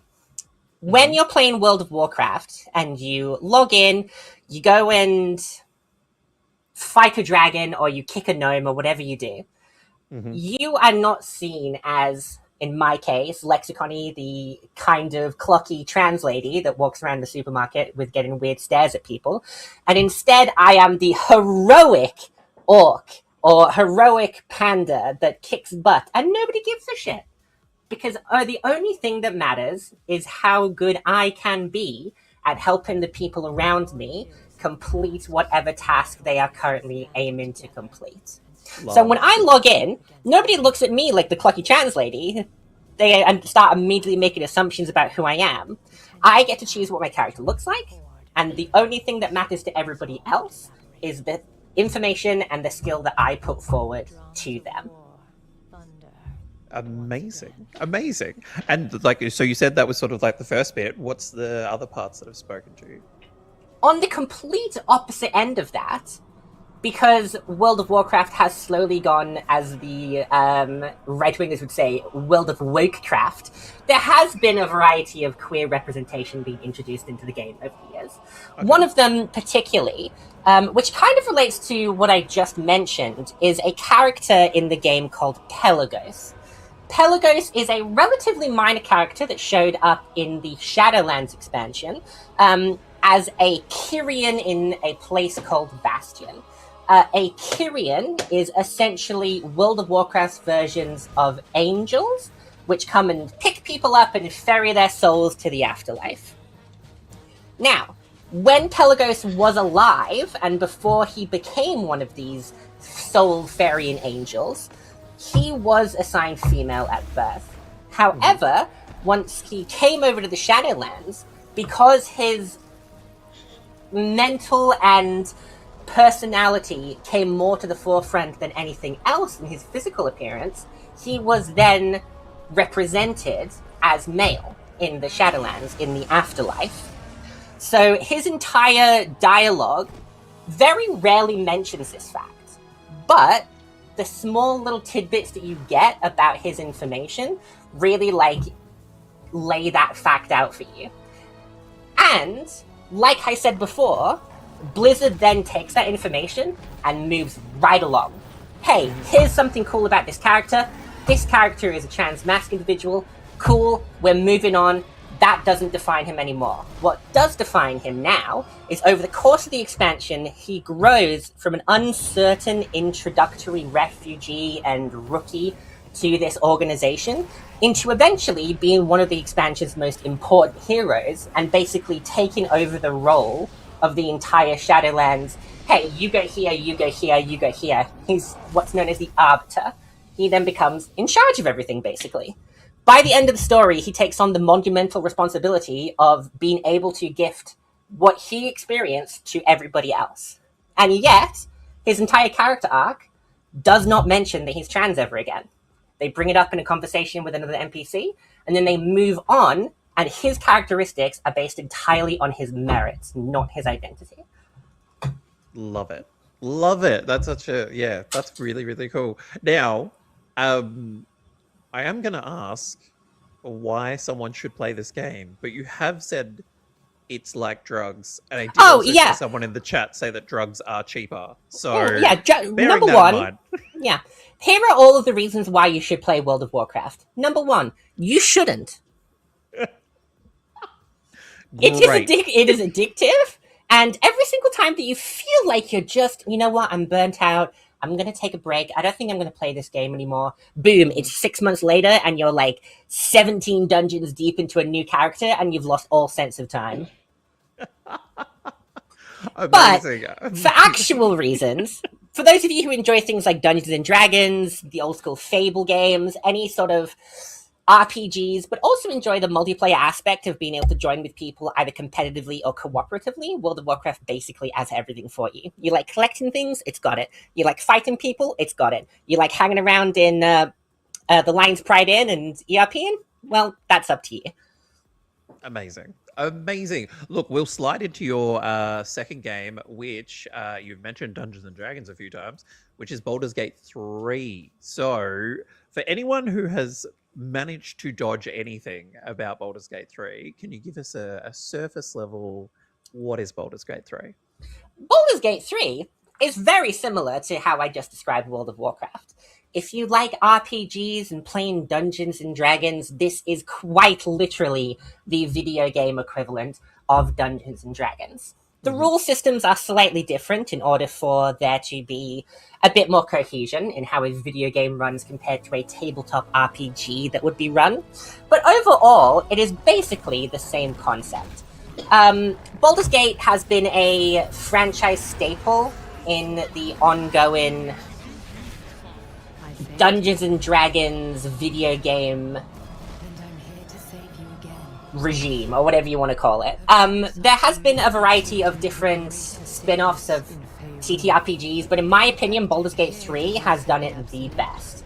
It is a game that's based on 3 acts, where you start from a low level and make your way all the way up to level 12, fighting a variety of different monsters, RPing with a variety of different NPCs, and building up a party of pre-made characters that the game gives you, as well as your own character in which you get to design entirely on your own merit. Do you want to be an elf? Go for it. You want to be a gnome? Go for it. You want to be a tiefling? Go for it. Any classes available, any races available, and the gender types, as well as body types and voice lines, are entirely compatible with one another. There is no limitations to what you want to be or do. And that in by itself is one of the greatest parts about it. It is pure customization for customization's sake. Yeah, absolutely. Was there anything particularly in Baldur's Gate 3 that sort of made you feel seen or spoke to you? There are 2 things I can say for this. One is slightly risque, so it really depends on what you want to ask me. I mean, we're all adults here. Number 1, less risque. Karlach, thank you. They said it in the chat. Karlach is a mummy, and who does not like mummies? Like, I mean, are we not gonna? We're not gonna admit that, everybody. I'll admit that. I'll be the person to put that out there. There is some fantastic queer representation in this game, and one of the best things about this game is that technically every single character is pansexual. You can romance any character you choose, and any character you choose to romance will be amicable to your romance, completely disregarding if you're male, female, non-binary, which are all options. They do not take that into consideration, and you can choose anything you want, and those romance options will introduce themselves to you. On the second hand, there's a character called Mizora who treats Will, our warlock patron, as a puppy, and as a puppy girl, those are really good scenes to watch. Amazing. Why should someone play Baldur's Gate 3 if they haven't already? Because it'll take over your life, much like World of Warcraft. Genuinely, you can spend 300 hours and not even get out of the first act. There is hundreds of quests, hundreds of NPCs. You can sit there and have multiple playthroughs and none of them be the same. I also enjoy the fact that they give you the opportunity to play a more difficult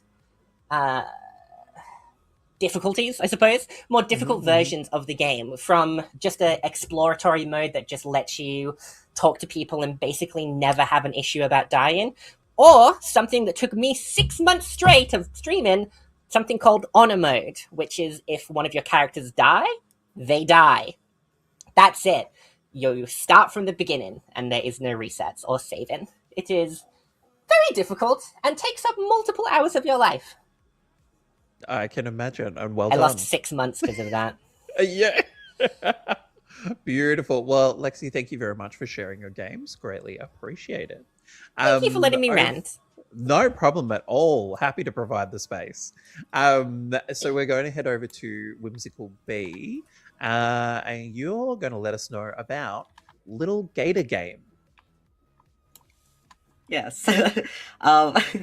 So Little Gator Game is a simple, wholesome adventure game, but I nearly cried.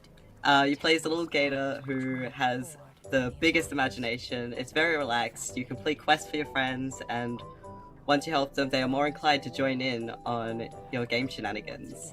All the NPCs eventually join in on the game and create like this. Pretty much your dream play world, basically what you would imagine as a kid, with like large scale using cardboard and crafts and the playground to bring this whole thing together. So it's very creative.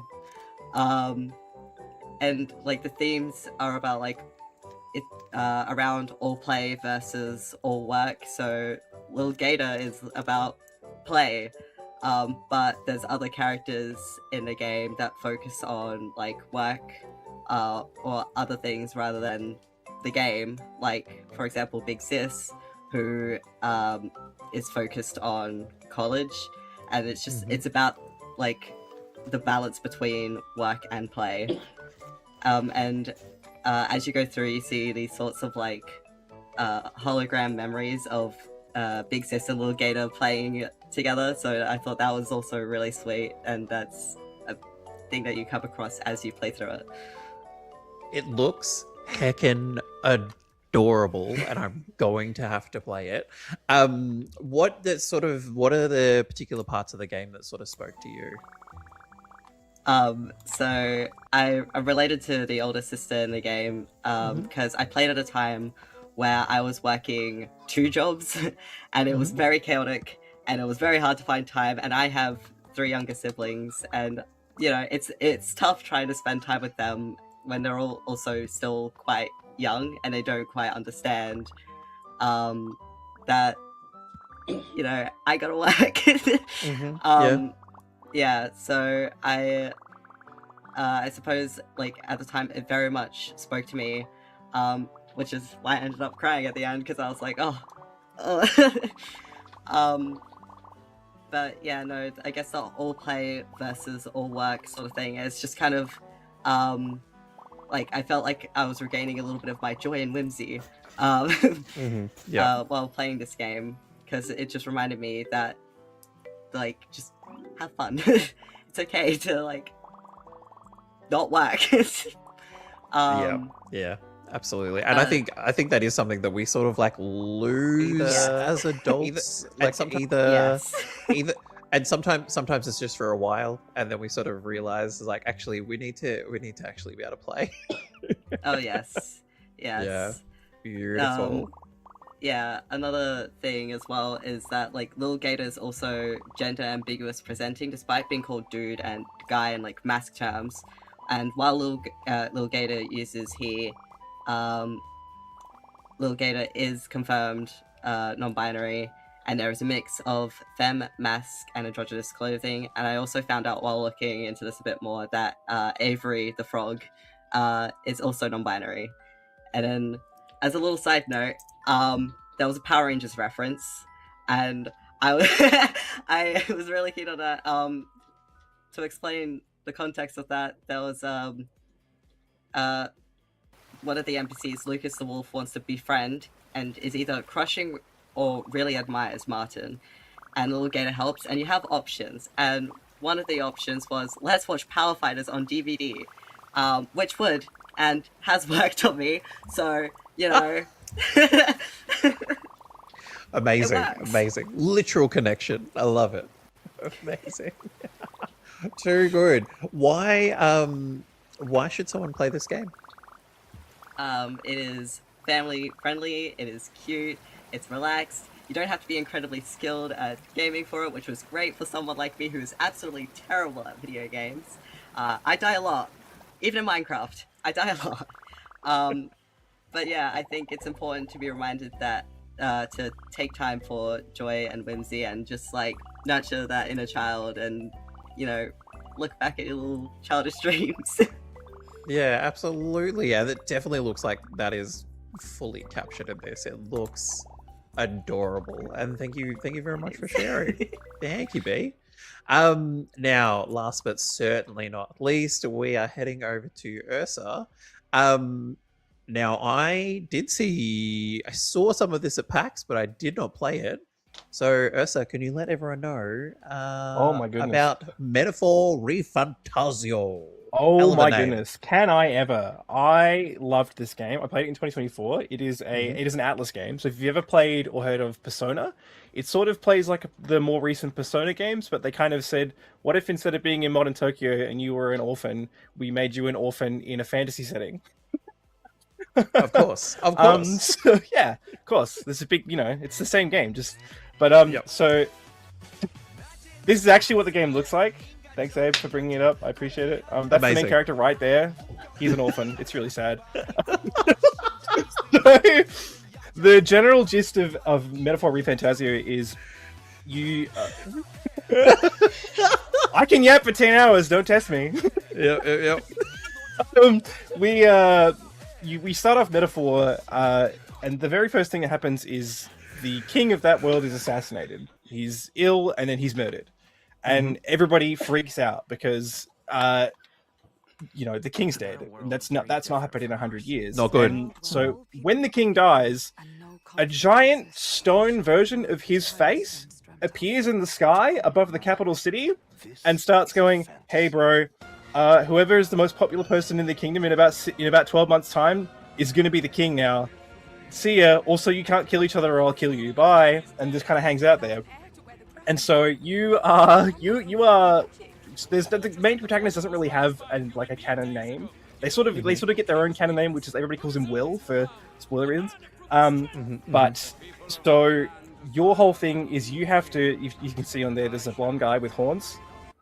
That's Louis Squeerburn. He's the quote unquote the bad guy of the game, and his whole thing is that he wants to rule the world through a pure meritocracy. Like everybody in the game, like everybody in the kingdom, if he's made king, if you're weak, you die. There's no exceptions. Like his whole thing is like a pure meritocracy, and obviously that as the protagonist that he's partly responsible for the assassination of the king. So you're trying to get yourself popular enough in this contest to become the king, and also stop him in the process. So you go through all these fantasy settings and all these different settings to basically make yourself more popular. You have to help the people and help make the people trust you so that they believe that you can be king, so that you can get more popular and be. It essentially is a huge popularity contest. You have to be popular to be the king. That's the whole the crux of it. Is people have to like you, people have to trust you. The people have to trust you, because otherwise, how could you be king if people don't trust you? And that's the whole gist of that is that. So the reason why I wanted to talk about this game in front of everybody is because 2024 was a bit of a rough, it was a really rough year for me. Like mentally, it sucked. It was really, really bad. And when I hit the end credit scene of Metaphor, I had what can only be attributed to a religious experience where I have never felt sheer, pure, unfiltered hope for society like I have after finishing that game, because it's very much the core themes of the game are coming together as one and coming together as a society to better everything for the betterment of everyone and not just for everyone. And that's why Luis is such a fantastic villain, because he is the antithesis of everything that you as the character should ideally stand for. He's like, Mhm. you know, if you're weaker than him, you die. Like that's, but you want everybody to be able to live comfortably and happily, and there should be no one should struggle in that world. And I think that a lot of the game focuses on like the main cast of characters dealing with their own struggles and finding their place in the world. Like particularly one storyline in particular that always sticks out to me is there's a girl who's also, because you're not the only person who's in contest for the king, like the royalty. There's like a whole cast of like side characters are doing it. And there's one character in there who, she has pink hair, she's really cool, she punches people, she's sick, and her whole character arc is that she literally walks into it and goes, I hate rich people, and if you follow me, we're going to get rid of all the rich people. And her character arc, if you follow her correctly through the story, she gets big and popular. She gets really popular. She makes like the final 5, but her followers start just killing rich people in the street and being like, she told me to do it, this is sick, this is so good. And she goes, whoa, maybe don't do that. Maybe we don't do that. And so she does end up like dropping out, because she's like, this is not what we want to do. This isn't what I wanted. I just wanted there to be accountability for rich people who exploit people. And a lot of it's a very existential game. You have to sort of look at it as like a whole. It's so hard to talk about it without spoiling stuff, because it just gets so good. like the main source of magic in the world is called Magla, and Magla is basically like the physical manifestation of the people's fear and anxieties. So when you can sort of like take that and cast magic with that, so you sort of use fear and anxiety as strength. And as somebody who deals with generalized anxiety and stuff like that, that really speaks to me a lot, because anxiety, if you can harness it and take it in and use it to strengthen yourself and get past it and deal with that, you open up so many doors. It's like magic. So God, it's just so good. Please play it. It's so good. Well, look, as someone who during the lockdown years platinumed Persona 5 and that kind of burnt me out on Atlas Games, because that was like 150 hours. Why should someone play this game? And what's a rough runtime? Look, I can't be trusted for runtimes, because I also platinumed the game, but I had to play through it 3 times, because there's an achievement in there for reading all the books in the game. And there's a specific book that you can only get by talking to one NPC who only appears twice in the calendar year of the game. And I missed him 2 playthroughs in a row, and I was very annoyed. I had to go through the entire game 2.5 times just to read a fucking book. But I think like my first playthrough took me about 80 something odd hours, but I'm a completionist, and I spent a lot of time in the end game. It does this thing that pisses me off, where like, you know how like in Persona games, when you beat the new game, you go to a new game plus, you get to keep all your levels. You don't get to keep that, and you get to keep all your like your job experience, like your class experience, but not your levels. So you still come out weak as hell, but you get all your equipment, but you have to level up again, and that really sucks. Yeah, because the end game grind is a slog. But no, it's fantastic. I cannot. The way that game portrays society and what it should lean into, just like the sheer unfiltered pure hopium straight to the veins. Like at the end of it, hit credits, and I was like, oh my God, this is fantastic. Hell yeah, everything should be good. You know? Beautiful. Look, I'm kind of sold just on like the message. I recommend of it. that alone. Highly recommend it. Yeah.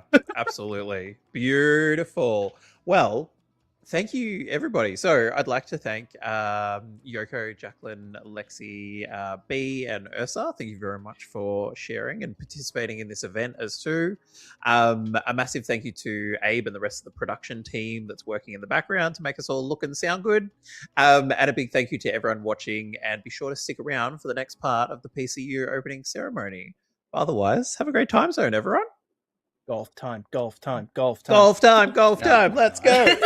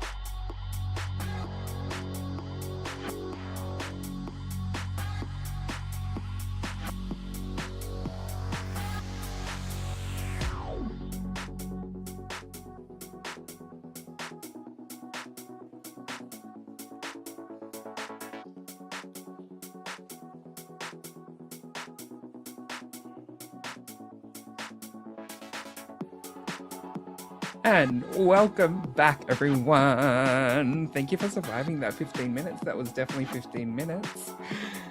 Did y'all enjoy panel 2? Was it cute? Was it fun? Are y'all looking at me creepily?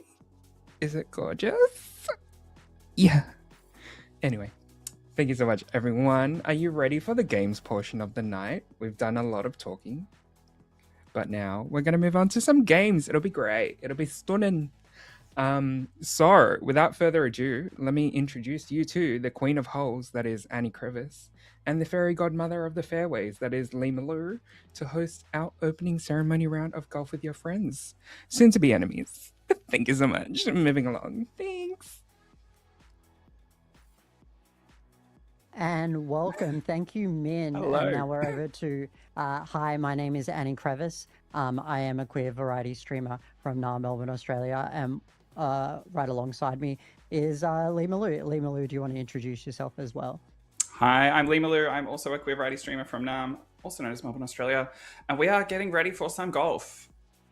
I know everything about golf, so I'm glad to be here. Maybe I'll quickly run through what golf is. For some reason, I can also hear Lee echo in my ear. I'm very I've got that confused. for you as well, but it's okay. We're doing it.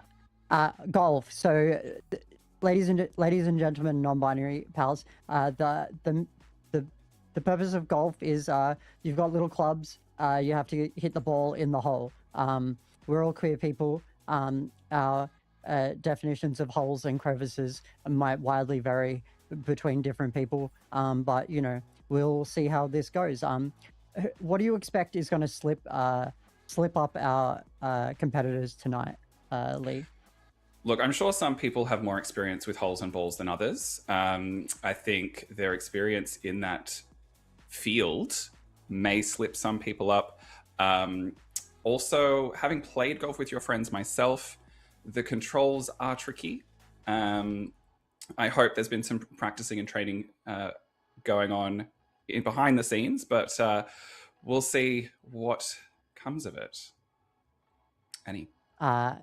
Yeah, I expect something's going to trip people up. I don't know if there's friendly fire on, you know, whether like balls can hit like each other's balls and there's going to be balls clinking and stuff like that. That could really stuff people up. There could be lots of strategy at play, lots of, you know, wrecking other people, you know, lots of obstacles. It's not like your regular golf course. It's like putt-putt golf on steroids. Oh, here we go. Looks like we're jumping into it. Yeah. And away they go. Oh my god, play. Oh, we can't hear the game sound, which I think is probably fine. Yeah, there's probably lots of screaming and stuff going on as they try and get up to that top little hole right up at the top, you know, and then come back down. You just gotta learn how to. Now, how would you approach, you know, climbing a mound like this? Oh, double bogey. I'm, as someone, you know, very experienced climbing mounds, yeah, I would be careful, you know, and like really take my time. And look, a bunch of them have got. Have they got them all? They're all trying to get there, but some crashing out of the first hole. getting you gotta, some are getting it. I think you've got to be patient. You've got to like aim it right and like, you know, just give enough power to get up there. But there will be a lot of people screaming in this boys' call, so it's very hard to concentrate, I can imagine. So you just got to like zone. You got to get in the zone. But Ant's just bouncing all around. Yeah. Ant is going for the better quick than successful method, and that seems to be working as expected, which is not well. Yeah. I mean, we will have to note Ant Fun Fun does have a really like what do you call that thing? A trail, the rainbow trail, very clear in theme. That's true. So, Not that they'd be able to tell, but we do appreciate it. Yeah. Yeah. Yeah. I'm too dumb and stinky to. No. It seems we may have reached the stroke limit for a number of those players there. Yeah. Some people took The way that I 23 instantly strokes turned around to to try and find not the get it little in the secret hole. like, what 23 to strokes get and it still in didn't one shot. finish. Isn't that? Oh no, there is. Yeah. Go on, Doc. Show us. Show us, Esther. Somebody's on testosterone I blockers. just- Oh my god. Wait, whoever just went into the grass you for then, bumping that's me, whoever not that where the was. hole is. Just FYI. Yeah. Not entirely sure where the hole you is bumped me on the this second one, time. but That first hole is like really Oh. difficult. Oh, it's up the top. Is it up the top? Oh, that was almost really good. Oh no, it's back. Oh, a You snap gotta go freeze. around. What does the snap freeze mean? I haven't Ant played is golf claiming that it's a in rigged ages. game. I think I'm so. we will need to look into those allegations, but I suspect it is more the fact that Ant is failing. I love your ball. And blaming everyone but themselves at this stage. Yeah. Well done. GG, well played, rig game. That's beautiful. Now we're And spectating to- Salem now, who is making an approach. And in Oh. it goes. Well done. 30 seconds left. That was a very graceful. Yeah, that was a beautiful shot. By Everyone Salem. got it in the hole that time. That's fantastic. Salem is Salem in the lead? Is that what I see from the scoreboard? Yeah, Looks like it's Salem. Salem and Kit in the Kit, equal lead. You're so right. and then Adzi in third. And then okay. Oh no, my send. Oh, we love that. Where is this third hole? Where are we going? Where's it down there? I can I hear feel like Adzi this also one. confused about where to go. Oh, I see. Yeah, I'm confused. But also, this has the added obstacle of not only do you have to get the ball in the hole, but there's other bigger balls in your way. There, you thought the first hole was bad. Wow, that really does kick out of it. Who? Adzi's still lost, maybe? Kit is there. Oh, Salem. Oh no. Kit is approaching a spot that I think they might be able to get it to that. That's so cheap, Oh. dude. Why'd they do you like that? So close there. Kit's in. Adzi, are you okay? Adzi is. Cruel and unusual punishment. Adzi has finally made it in. Good job. Oh, you're right, Luke. Pretty much the whole team is medicated, so can't Oh, be there we the go. drugs. Look at Let's you. go. Let's go. Let's Making go. it Yeah. in. That's Well, nice. You were. Limited. Yeah, it was lovely. Half the You were just making sure Alright, half Kit the in the lineup lead. might actually be on The way I violent. tried to WASD my way into this, I was like, why is it not moving forward? Like, Oh, this is beautiful. What a magnificent shot. Is that Abe? I'm assuming that one is Abe. I just did the Oh my same god. thing. Oh no! Oh no! What? Snap freeze? Oh, no, no, no, no, Snap no, no, no, freeze? no, no, not down the hole. Oh, that was beautiful. Eagle, exceptional. Eagle. We'll send. I assume Eagle's better than Birdie because Oh, Eagle is hello. a more grand bird. Let's go. Yeah, I think that's true. Mhm. The what? Oh, Oh, Salem got knocked off course. The sabotage. I refuse to move. Someone can knock me. Oh wait. Salem is furious. Oh, for Yes. fuck's sake. Salem is now on strike, refusing to move. Sorry. Kit. It is. Can't park there. You can't. I'm not. Now, it seems Oh, Kit doesn't damn know it. exactly where the green is. But that's okay. Maybe I just Yeah. a little bit. Sometimes Probably the because the scenic green route is isn't not actually the Tappa green. Tappa. It's the way to You go. like black Tappa and Tappa. grey Yeah. checks. Tappa, tappa, tappa. Oh my god, you nearly. Yeah. Easy, And there they go. Stuff. Easiest Very golf of your graceful. life. I do like it when they kind of like do a lap around the hole. Like it looks very like graceful. What's the Should next have been one? 3. Oh, Um, shut up at 3. Oh, 3 where are we now? There we go. Oh come on. Oh, Oh, my A desert. water course I got a here. little dredge boat. Wait, maybe you can full send. Oh, Oops. now do we know what Dude, all the okay, little I'm like I'm gonna stop power ups trying. do? The freeze one freezes other people, correct? I believe Who's that's, got me into a I fucking believe party that's true, hat? yes. Might have been me, I sorry. I'm a fucking acorn.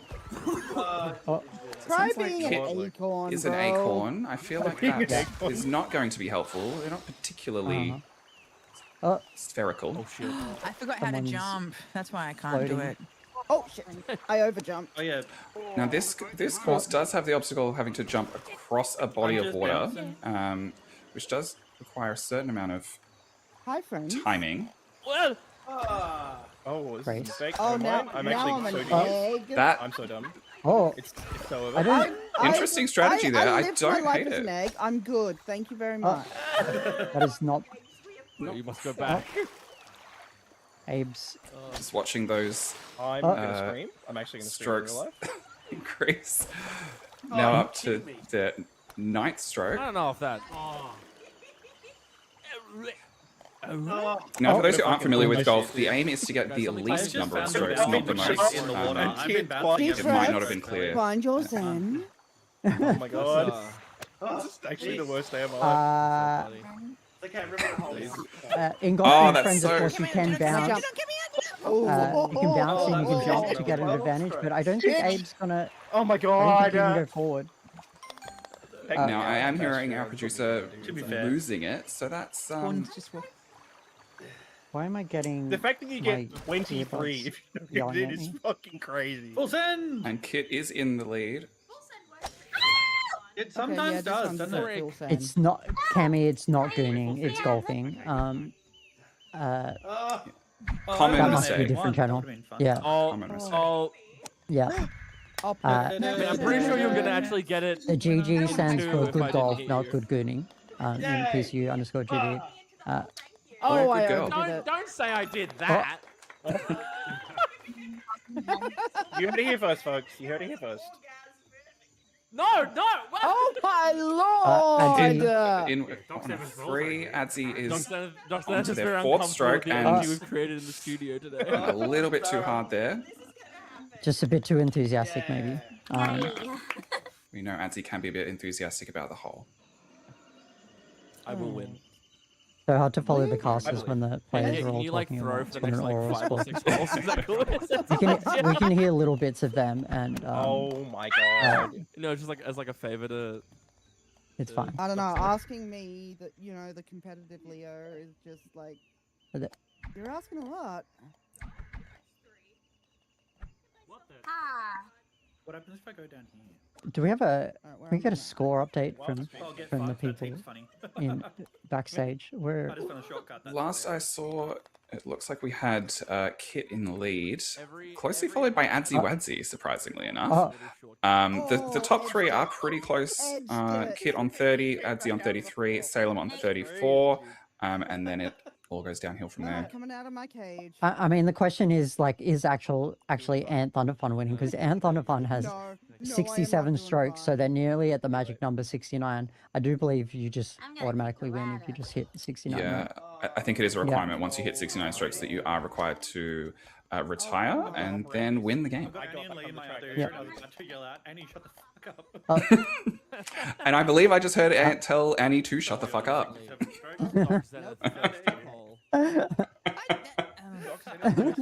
First in hole. That's crazy.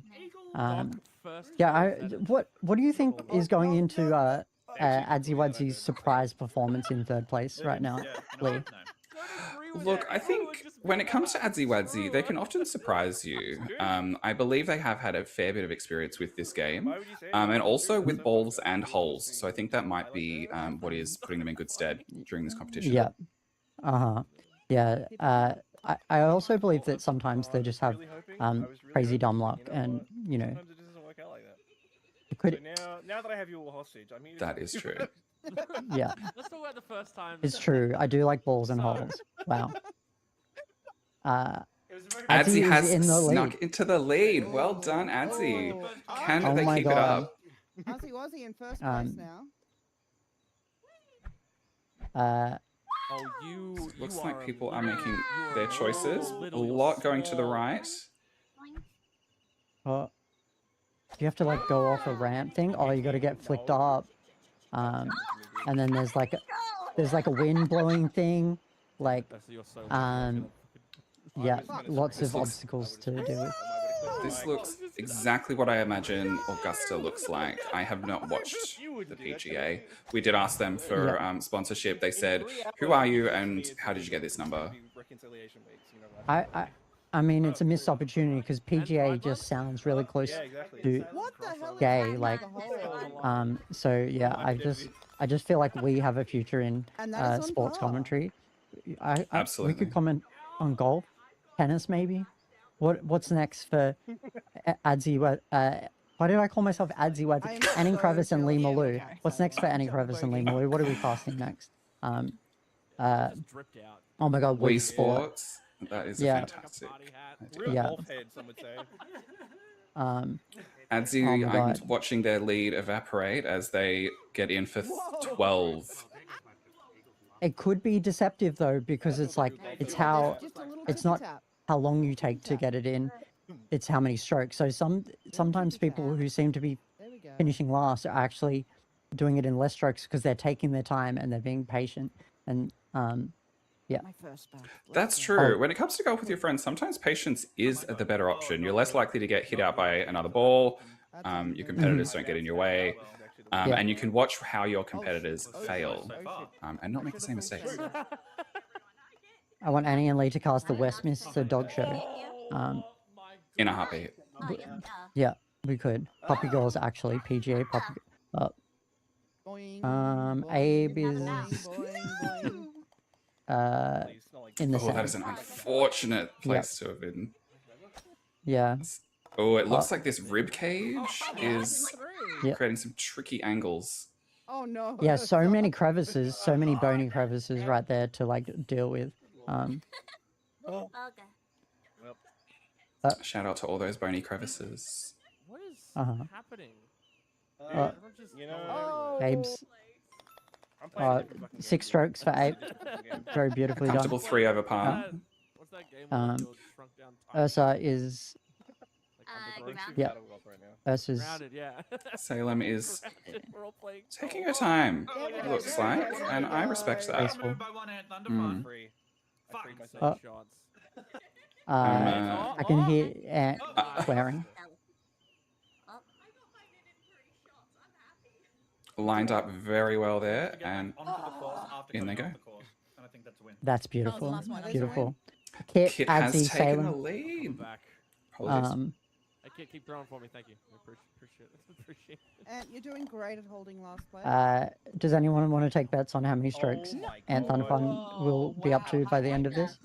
Currently sitting on 84. Okay, that Oh, did we're it. floating. The free count means we're floating. Abe is passing at like broadcasting the game as well as playing for themselves.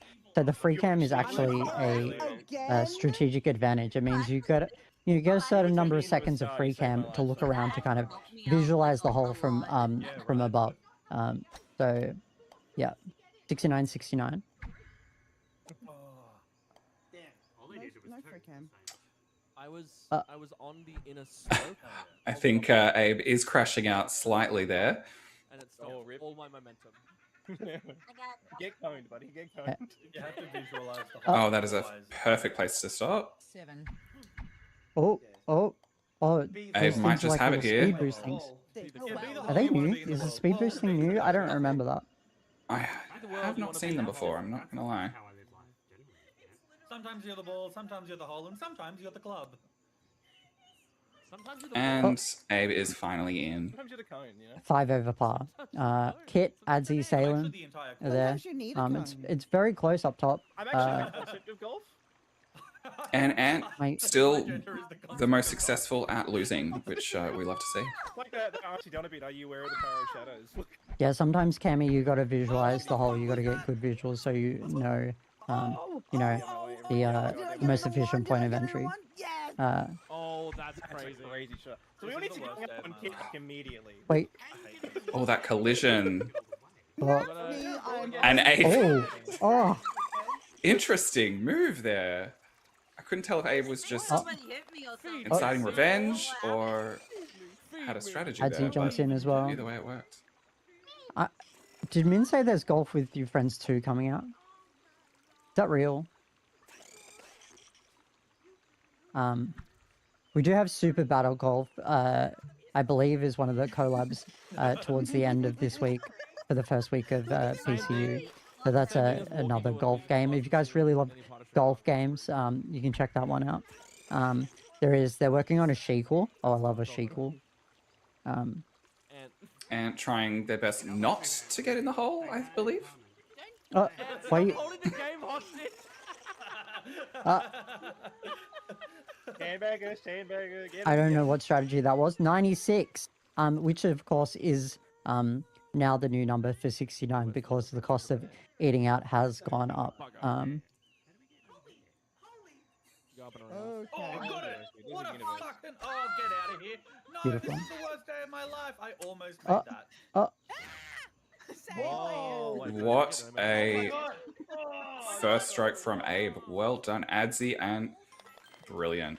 Oh my god, what happened to those, Abe those getting it in on Nearly par, ended as did up, Adzi. but I jumped away. How is this happening to me? Who knocked me out? hopefully the sequel agrees with my PC. The original tends not to. Knocked me out of bounds. I'm back at the start. Both your friends now enemies. And now I'm a So fucking cylinder. appears to be some kind of Is tablet. Ursa invisible? No, I think they're just squashed. Oh no, I think they're like a squash tablet, and then there's like an angelic halo above their head. Be in hell. Like a hockey puck maybe. This is not Well, hockey with your friends. It's golf with your You friends. all have gotten your wish, and I may not finish this course. Salem is never on the mind. move. Ursa won't either. Well placed. I don't think I will. Never I mind. think it's over for me, honestly. I'm just gonna hop around. I feel like 20 seconds Salem left of is this one of round. the smartest players because she's always coming in towards the end, but like performing in less strokes. So she's avoiding all of the carnage, and then yeah. I think Salem is definitely one to watch, playing it slow and careful. Let me out with 5 seconds. And they got in with 8 strokes. As opposed to Ursa Flair, who seems to be playing slow and Get me in lost. Look, when it comes to a golf course, sometimes navigation is the hardest part. Ursa and Ursa are kind of getting close to each other for that wooden spoon. So we'll see what happens there. There is no way. I love the full sending one because, like, most of the time it doesn't. But Now, when I'm it not does, too sure how many holes are left on this Oh one. boy, are my arms tired though. Oh yeah. I know. How many holes But who are is in a your golf with pick friends game? to take it out, Annie? I feel like Salem's probably got it, but you know, Adzi could snatch it from the jaws of defeat, jaws of victory. I think Salem really does have a chance. They are getting some larger strokes on the board here and there. I think Adzi and Kit are kind of battling it out at this point. I don't know. I just Oh. did. Oh, Look at up there, Salem. Adzi. Adzi got in for 4. Uh, I'm really glad that. or it's one stroke between It's Kit and 6-7. Adzi.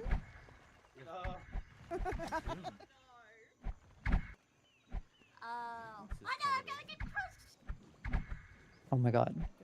Oh my god, dude. How dare you? What's a stroke between friends? Multiple stroke. Absolutely Where is? fucked. Are you Do we know? serious? I don't know whether. Oh, is the hole I believe it's on the other side of that puddle. Yep. Oh. Ooh. Yeah. Overshot just a little, but definitely on the right track there. So the question is, Lee, would you go over or around?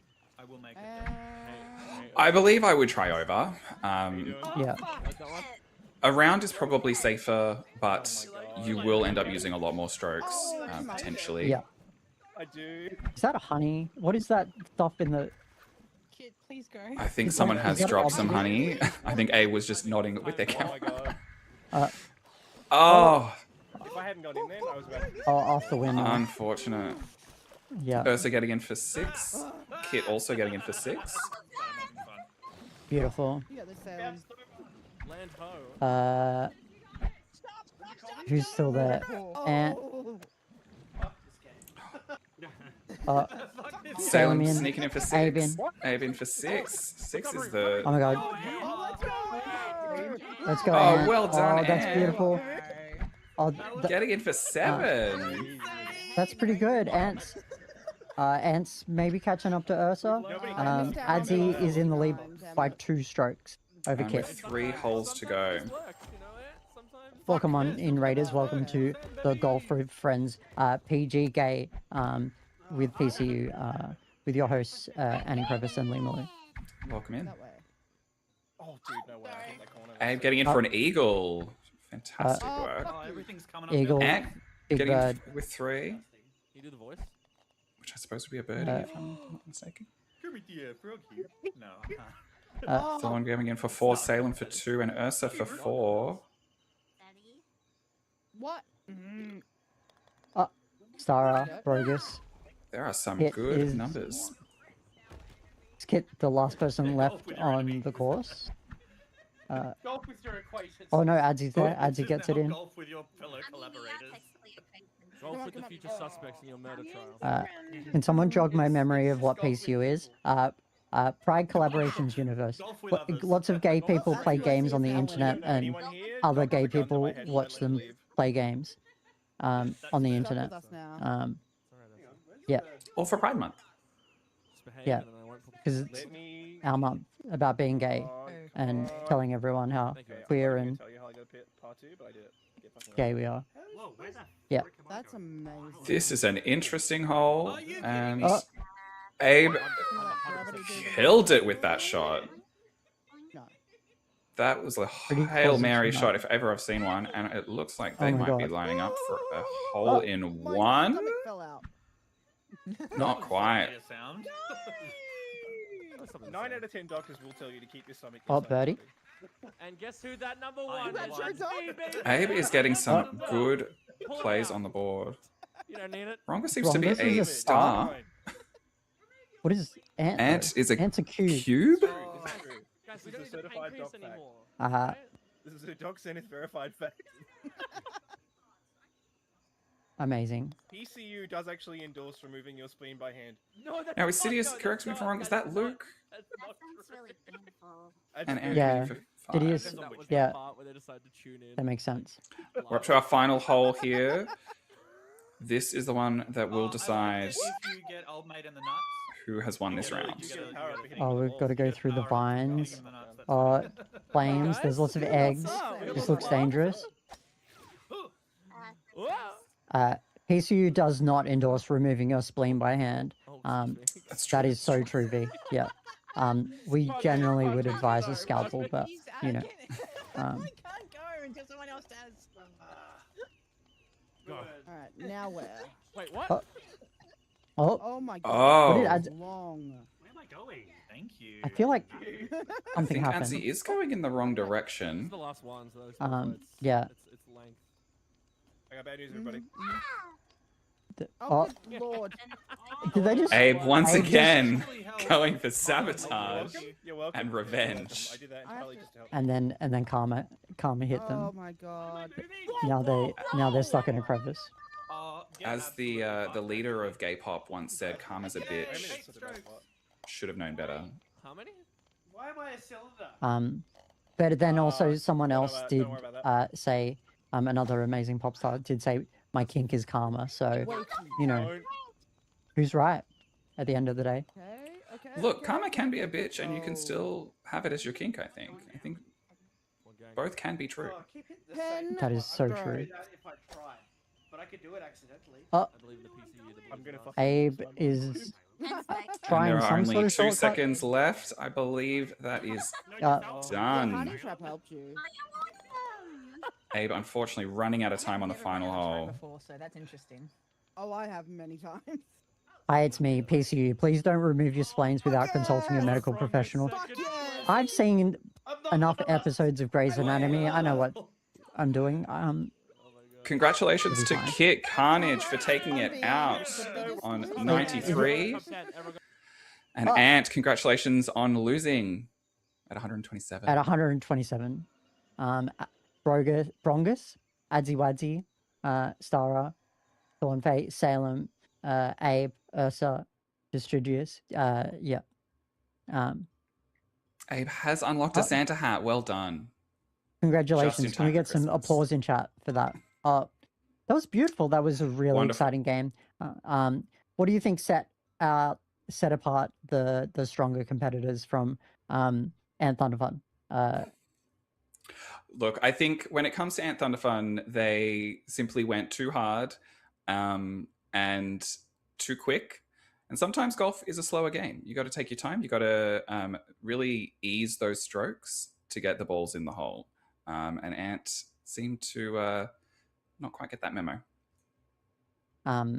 Yeah, multiple strokes there, 127. You know, and then Kit took it out.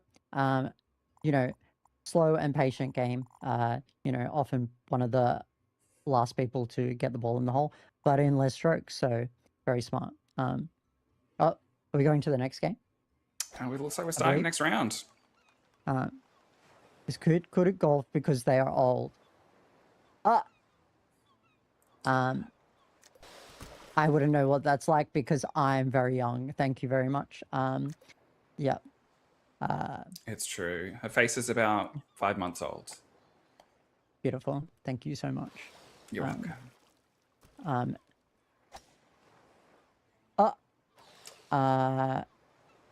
Abe, now they're going upside down. Nope. Oh. We appear to be Careful, on there's a some honey there. pirate-themed course now. Annie, I know you have some experience with piracy. What would your recommendation be on a course like this? Piracy. Avoid the cannons. Shiver me timbers. There's lots of timber around, so make sure you shiver me timbers, and yeah, and make sure you wear a cute hat. And then you'll be fine. And Ant has taken the cute hat advice with a T-Rex skull. We'd love to see so it. beautiful. But my other advice, and would be to not get lost at sea. Yep. I think it's admirable that they without a are. boat. Yeah, I think it's admirable that they are not taking your advice and choosing to repeatedly get lost at sea, which is. Which is like, it's on them, honestly. Like, they've got to remember that the reason why I transitioned to be a woman is because women are always right. So, yeah. So true. And getting in for 9 with only a few seconds left. Maintaining their place at the bottom of the leaderboard. Maybe they're hoping to find semen. So true. So very true. Somebody's going to hit somebody. Nope. Abe being... Huh? Did Abe turn around? Abe just changed direction midway, so that was... Yeah. The hole is the other way. Ursa jumping off the course. You love to see it. And in Abe goes for a bogey. I believe in women's rights and women's wrongs. So true. I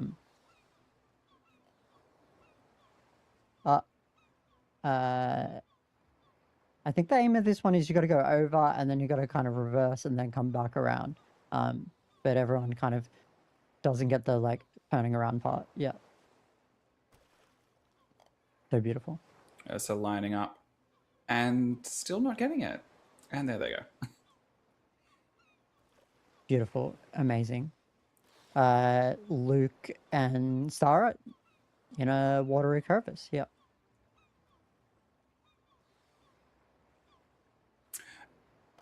And did you have any advice, as you know, the queen of crevices, as to what to do when you do find yourself in a wet crevice such as that? You probably don't get in a wet crevice unless you know what you're doing. If you don't know what you're doing in there, like, it's just going to be a bad time. Like, you're just going to get stuck in there. It's not going to be enjoyable for you or the crevice. So just, yeah. It looks like Sarah is stuck in a perpetual falling situation. Yeah. Which is unfortunate. Ant's off the bottom of the leaderboard. Salem in the Beautiful. Big lead on 8 strokes. Salem might be proving you right in that they are. That's so beautiful. Oh, you've got to navigate the steering wheels. You can't. You've got to take your time. You've got to time it correctly, and it doesn't time it correctly. Adzi just goes Adzi straight trying in. the jump. Abe running. Abe, that was beautiful. That was Excellent shot. well timed. And in for a birdie. And a birdie. Tweet, tweet. Tweet, tweet. Everybody. Oh.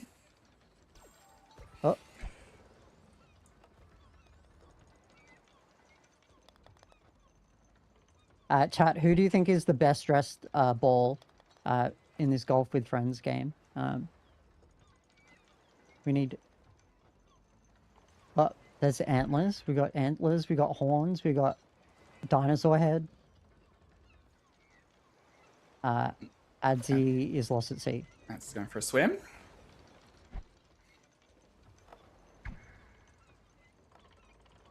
Adzi is also a scorpion. There we go. So beautiful. Thorn lining that up magnificently. Oh, and in the go that for was very 9. well. Luke bouncing around as a candle. Are they a candle? A cake? I don't know what they are. Ursa in the lead. Why have you got antlers? It is a interesting round. Yeah, this is all over the place. Up and down. Big fan of the dinosaur head. Oh. They're all in the drink.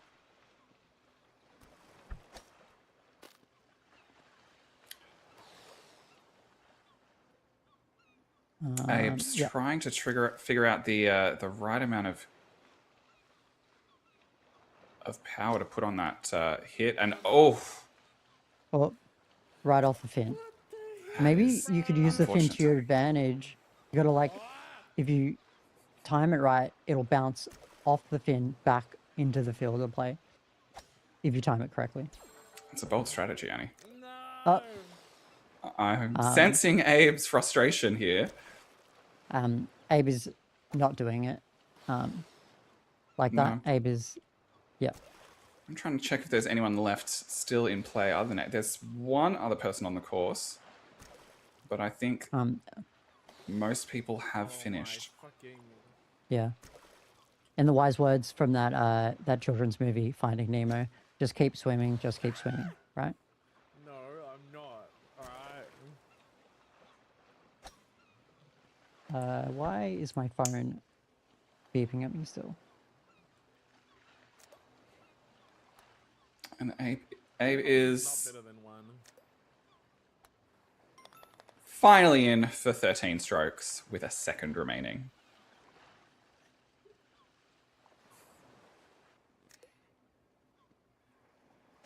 Play. Ain't no way. You just fucking... There is some Brother. collisions happening, but... Oh, Brongus! Oh. Hole in one, and there's a bunch of 2s on the board. Oh my god. There is some Kit getting in for 2 as well. Salem in for 2. Ursa, can I get a little nudge towards the ball? Thank you. Oh, it looks like Abe is trying to... Looks like Abe was trying to get Ursa to help them out there, but Ursa said, nah, mate. Ursa and Salem neck and neck now. 18 and 18 apiece. Min is asking, does this map come with Captain Feathersword? I don't know whether Golf with Friends can afford the IP for that. Why are you grunting like that? Don't grunt my name like that, bro. Abe in for a Nobody wants birdie. to collab with Abe. Apparently, according to V, Golf Collaborations uniform first. I know I asked about the antlers earlier. There are some good hits on the board. A few 2s and 3s here. It's going to be a pretty close... Ooh. I think Ursa got knocked in, like the ball was about to stop, and then they got knocked in. That beautiful. Sometimes collision Salem does in work the in lead. your favor.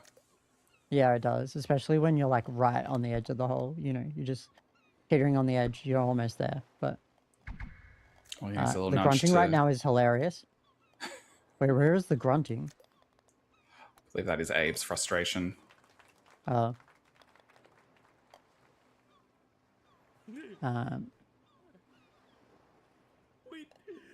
When does the piss go away? And choosing to jump off the course, I believe they would have been safe if they hadn't done that. Um, I'm not sure if Maybe Ant is they just trying to like- hold on to their losing position. maybe they just like being a bouncy little dinosaur head. Like, And who wouldn't? yeah. So true. And then Kit pops in last. Is that it? It is Galen and tight Elsa. up the Tight. top. Did you notice the? Did you notice Beautiful. that his face is different from the photo? Hole number 8. Is that false advertising?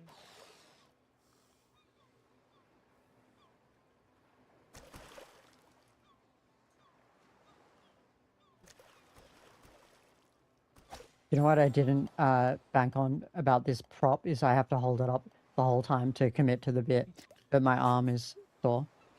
So yeah. You do have 2 of them.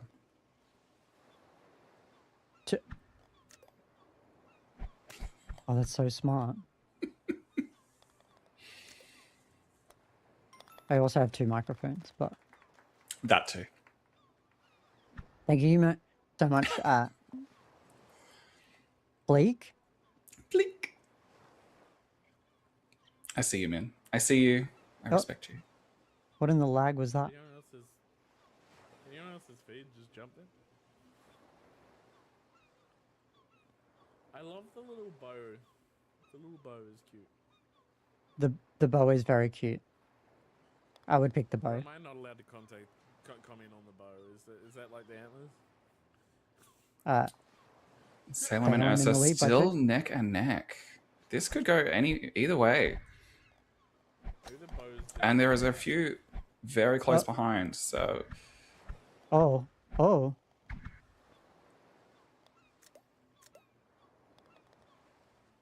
I feel like Abe was very close to a hole in one. There was a hole There's in a little one. party here.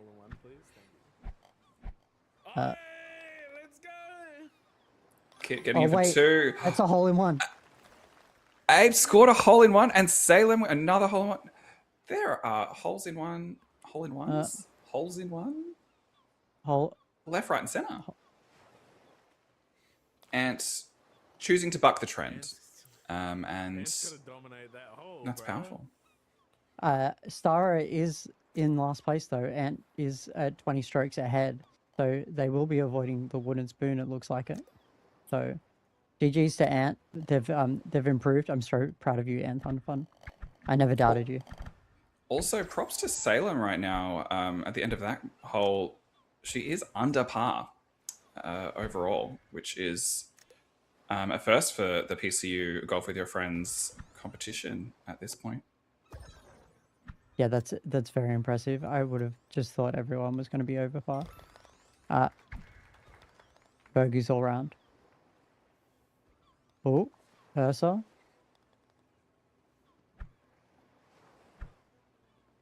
Doing a little dance. Oh. Adzi gets it in. This PCU collab proves that you can improve your stroke by practicing with friends. Wise words for Pride Month. May everyone take on that advice on board for... Salem's still in the lead, and it seems that that lead is building by a few strokes here and there.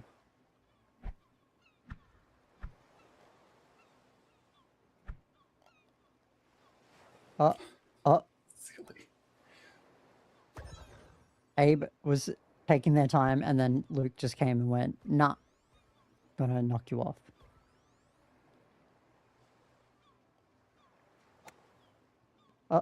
Lining that up. Oh. I was going to say nicely, No. I rescind that statement. They're now on a plank.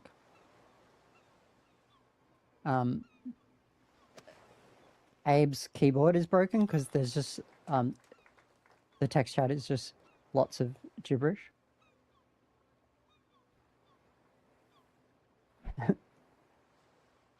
Yeah.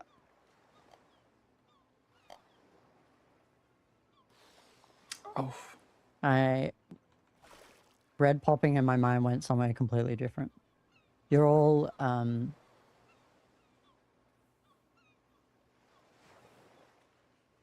cursed, unlike me. I am curious how the spleen conversation started. There is a lot of discussion of spleens. Yeah, I don't understand this. You got antler affirming surgery.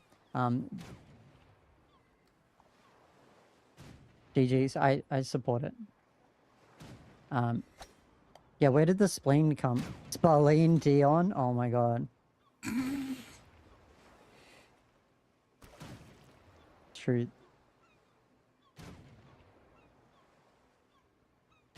Oh, we do have some cannons on this. Oh on yeah. This hull. Like now we're on the pirate ship, like proper. Like, it begs the question: is this Captain Brindlebeard's pirate ship? Whose pirate ship is it? Oh wait. Oh, you got to go through the cannon. Oh. And then no, you wait at the right. Oh. Oh. That was beautifully done. Not so beautifully done. Ant getting it for 7. Oh. And there 8 it gets strokes. in. 8 strokes. Salem and then we have taking her Salem. time.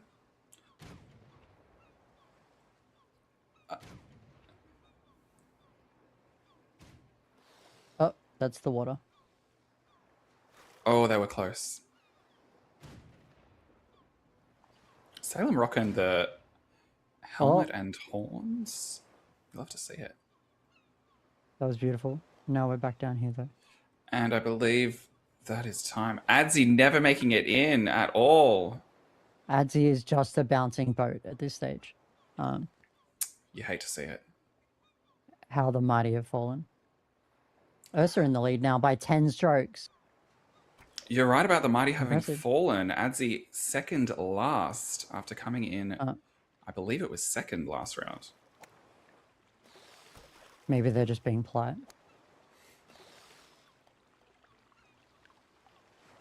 It seems this differently themed course has certainly mixed up the the strategies and the position on that leaderboard. It begs the question, would Adzi do better at a dinosaur-themed golfing course? You would certainly hope so. I Yeah. can't imagine the crushing devastation if they were bad at it. Yeah. Not a very good pirate, it seems.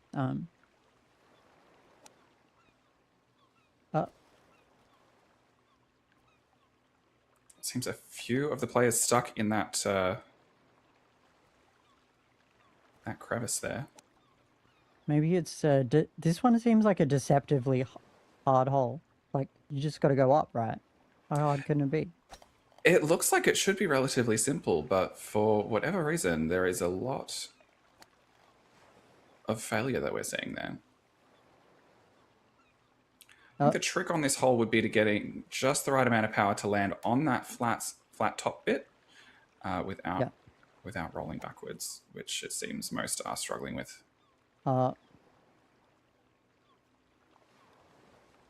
Salem in for 9. Kit getting close. Abe also getting close and out of time. Kit sneaking in right at the last second. Ursa there extending their lead, I believe. 16 strokes? I can't do math. I think it's 16. Yeah. Bit of a dip. It was certainly a lot of strokes. I also could not math that quick enough. I do love a dip Decaturian, like a hummus, usually. Oh, yeah. Hummus.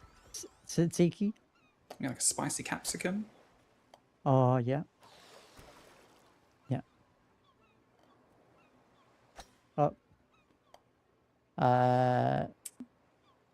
Abe attempting the full send. Yeah. It's not working out so far. That's and the seeming to opposite go way. backwards. A good guac is always. I love a guac. Yeah. Adzi in for 5, Luke in for 6. Yeah. Abe still attempting the full send when it clearly is not the strategy. Just committed to it, and then now Yep. this is the. Salem in for 7.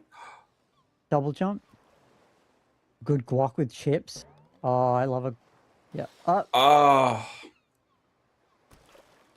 Now I'm that wondering, was Abe, are you trying to unfortunate. not get it in the hole? Because you seemed to be fine, and then you kind of jumped over the top into the water. I feel like we're gonna have to investigate afterwards. Maybe there's some fixed betting thing going on. Like,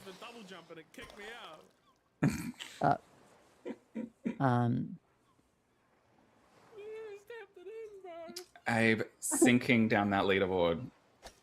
Um, You hate to see it. It's great. It's great content, though. Great.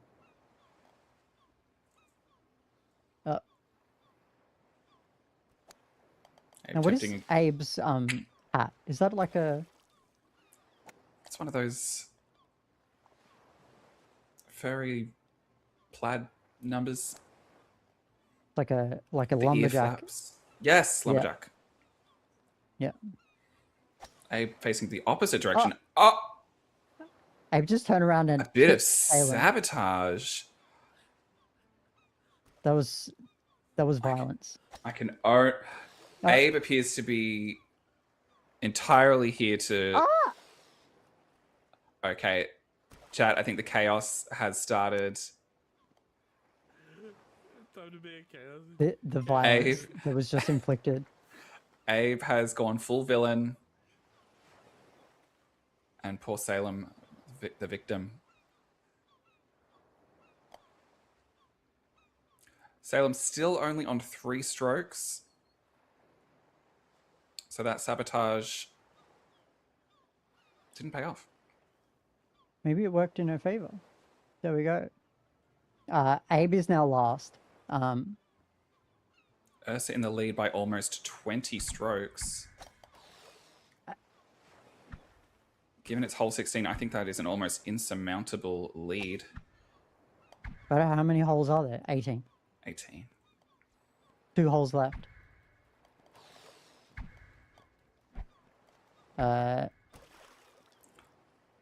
Yeah. Somebody bet money on Abe to come last. Oh. In for a bogey. Oh. And there goes Salem for 2. Fantastic. Stara going up and down. The myth of Sisyphus. Is that it? The myth of... I can't say it. Sisyphus? Yes. Yeah, myth of... Yeah.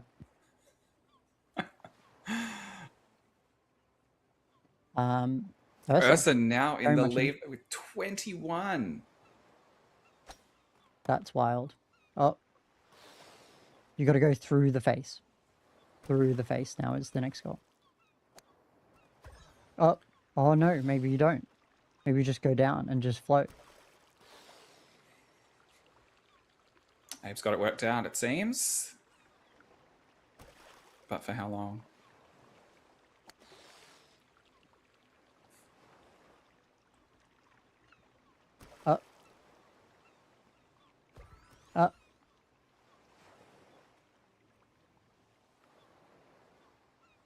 Wait. I'm sensing some sabotage. Oh, they're waiting. They're waiting. They're gonna...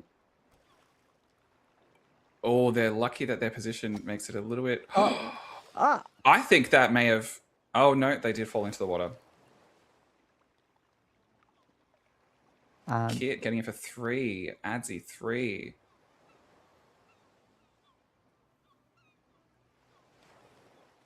Abe said, no way. Abe's about to whack somebody again. No, don't do it. Abe knowing they can't win, going full chaos mode. If you get hit before your ball comes to a complete stop, it goes back to the previous stroke. So in for 8. And I think Abe is the last one remaining. And out of time. Salem stuck in the water. Oh no. Ursa very much in the lead.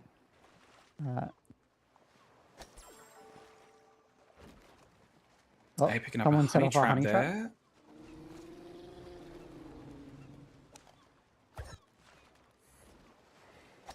Yeah. Abe giving Adzi a push.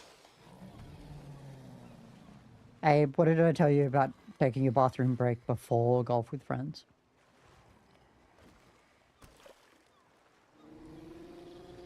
Yeah. Oh. I think that's... Oh. Oh, caught in that honey trap.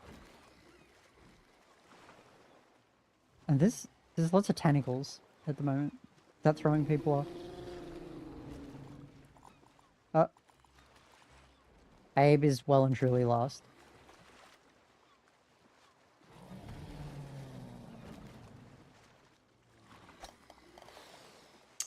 Oh.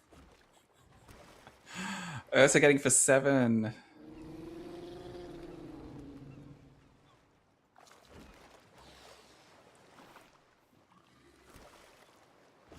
Oh my god. Oh no, you have to get up the top. Now it looks like Abe is attempting sabotage, but is about to failing just as much as they failed at the golf on this this course. Oh. Giving Adzi a hand, getting closer to the ball. Hole. They're out. And that's time. That's game over. Game Tentacles over. aren't the only suckers in the game. Ursa with a resounding lead. and Thunderfun in 3rd place. We should make note of that. Brongus in 2nd. Distridius in 4th. Adzi in 5th. Yeah. Fantastic. What was the difference between the 1st and 2nd game? We got time. Sure. Yeah, 100%. I'm not so sure. Yeah. Well, that's it. Who won the Kit won the first, and We will do one more. Oh, I'm hearing they're doing one more. Tell the casters. one more. We have one more. I am hearing that they are doing another round. We're gonna do one more. Mm-hmm. Okay. Beautiful. Okay. I believe we're going to a break. Is that correct? From the studio. We're going to a break, ladies, gentlemen, non-binary pals. We'll see you shortly for the 3rd and final round of golf with your friends, enemies. Yeah. At this point, I'm not sure any of us are sure.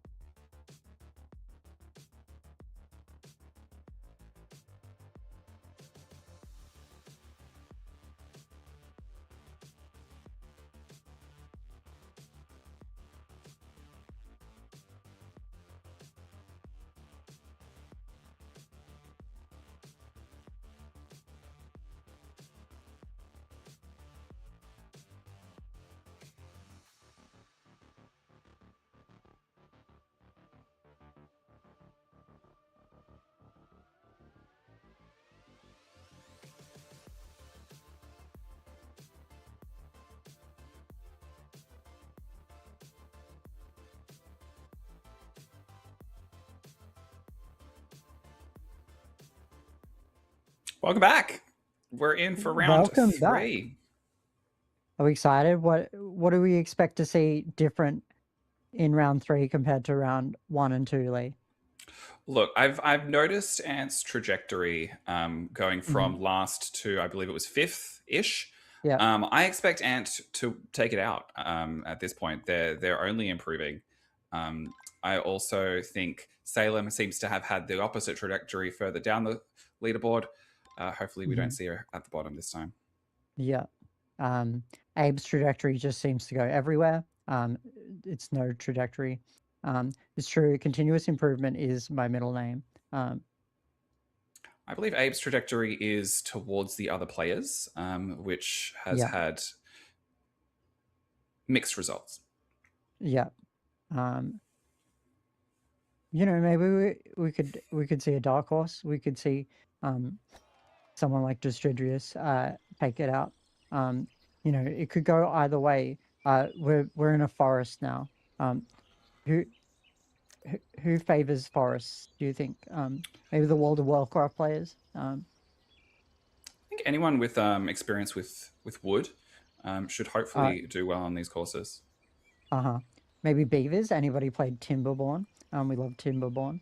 You know, could be in their favor. Looks like everyone's off to a relatively good start, getting 3s, 4s. And Abe getting stuck in the... Getting in for 3. Getting stuck in the honey there, but it didn't seem to hold them back. Pretty even there.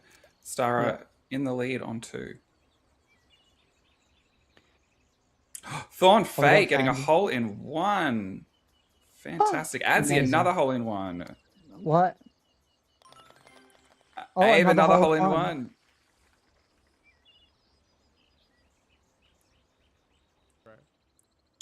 Now, I suspect, Annie, this is a very popular course. It's almost the default course for Golf with Your Friends, so I suspect there might be some pretty good plays here with a lot of players having some experience on the forest. Yeah, it's the easiest one. I do remember that the hardest one and the one I hated was the space one. The space one is evil, but the forest one is, yeah. Let's go. Absolutely. That anti-gravity is no one's friend. Yeah, lots of wormholes and stuff like that. I was not a fan. Salem in for 2, Star for 3, Kit for 2 as well. Has Aju changed their cosmetic? They're now like a pigeon. I did see they were a pigeon the first round. I think they switched it in the second, but it looks like they've gone back. That was beautiful.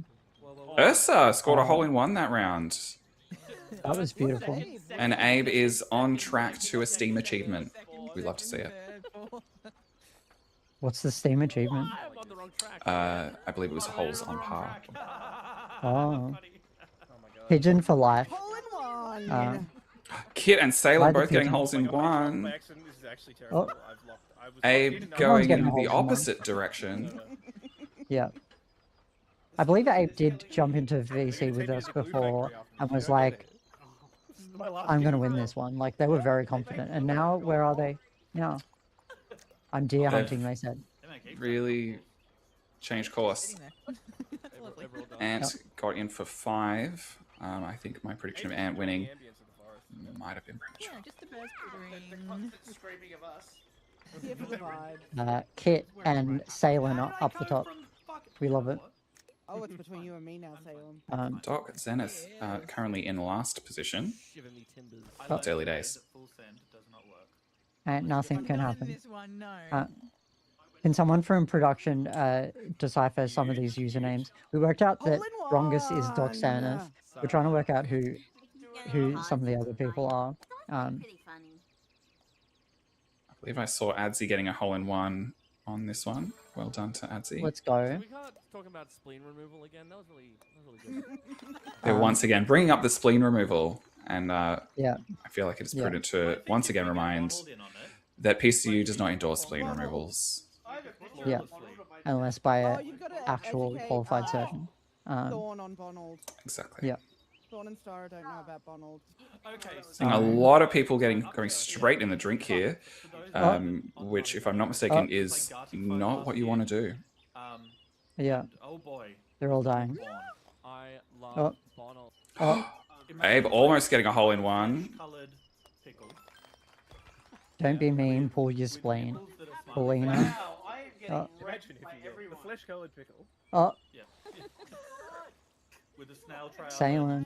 Short cut off. Thank Yeah. you, Doc. Check the VC. Doc has uploaded Bonald. Oh, Doc, yeah, by beautiful. chat. Thank you. Thank you. The chaos in this chat. We can just hear little bits and pieces.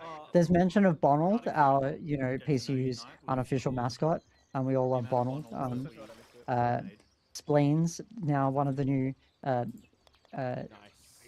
icons of PCU 2026. No. Oh, Luke and Ant down there at the end. I got hit by 6 people. That's beautiful. The housemates reunited. Oh, I'm just fucking clean, dude. Brings a tear to my eye. Ursa getting a hole in one there. Oh. Fucking me won't improve your part. Abe getting it for 2. Wait, Sam, did you hit? Did you? What in the soundboard? Did you hit the ball? The competitors chat is. Abe. No. I was meant to get it on Abe's the second actually go and I got hit kind of out. up the top now. So I see. Oh my god. you never know. Yeah. Did you just? Oh, I see what you did. That's fucking cool. What? That is. Oh. Oh, that's sneaky. That's Adzi, oh, falling off right at the last second there. Well, I can't. Oh, And grabbing Ant did it. a 3. Nope, fuck. That was good from Ant. No. Lock in. Okay, the ankle actually helps me a little bit. See? Uh, I wouldn't have done it if I was that far away. Oh shit. I love No. that Fuck. Salem gets it Salem in. in That for was 4. beautiful. Collision makes things Abe in for 2 and a birdie. No, Beautiful. motherfucker. Kit is Kit. Collision. You mean taking teamwork? the scenic Yeah. route. That's teamwork, mate. Exactly. Beautiful. Yeah. Looks like Kit is in a tricky position, having dropped down the lower section of this course. That's what Oh. PCU. Pride Collision is on universe. Pride Collision is on universe. Pride Collisions Universe. We heard it here. That was good redemption from Kit there. Oh, Abe in the that's lead, first place. tied with Ursa. The Kit in third. Oh, Oh my goodness. Oh, Doc Zenith scoring a hole in 1. And Thorn. well done. Perfect. Let's go. And Jimmy for 3. Star for 2. Abe going a 2. Hole Kit in. getting Oh, a I feel like hole I've- in 1. Yes. everyone's doing very well at this hole. Yep. Not Just gotta if you get the right overshoot hole. it. Golf it lets you play and get the holes in. Like if you play golf it. There were so many you holes get- in you one got- you there, got the like hole, I you lost still- count. It still counts, Um, which is really funny. Abby and Ursa in the lead. Adzi, Yeah, like, if you Adzi get the ball in another equal last course, it place. still counts. Interesting. What the fuck Yeah. am I doing? Hello? Get my brain off from golfing. No. What am I actually doing there? Hold on. Damn it, par. There we go. There we go. Oh, feathers. almost. That was brilliant, actually. Where's the play with the four? Salem gets it in. You know what? Take me out. It's over. Clean emote when. Means like I'll have my Canva people. Someone gets a birdie. So PCU needs a Bonald emote and a spleen emote. Yep. And my first shit story. You heard it here first. Abe Adzi is and Luke in tied the for last. lead. Well, Abe, let me tell you. get to it. Make the spleen emote. Abe said, I may have lost last round, Oh, I got hit. but not this time. Somebody hit me while I was playing that. And you've got to respect that tenacity to come back from such abysmal failure So close. to Look at me on the edge. to find oneself in the Look at lead. me. Redemption. I can send you a reference photo Oh, of your I own need spleen, balls. Yoko. I'm worried. Well, like I was trying to hit the golf helpful. Everyone's just in the stairway, like, help us together. Mhm. Sorry, Kit. I'm so sorry, Kit. You, with Uh. the impulsive thought one, you were like, no one knocked me, and you were right there. Last on the easiest course. Oh, It just pain. skates Homophobic. over the top of the hole. I don't know. Somehow Oh. that having Oh. behind other people does make it more difficult. So I wouldn't worry too much. Position is coming. Double bogey for The game Abe. isn't hard enough. Yeah, powering through this onto the 12th hole with Ursa just in the lead, but it's anyone's game at this point.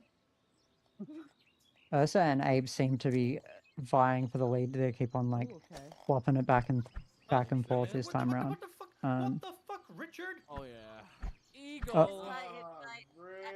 Abe taking advantage of those boosters. Oh, That's so bad, dude. Yep.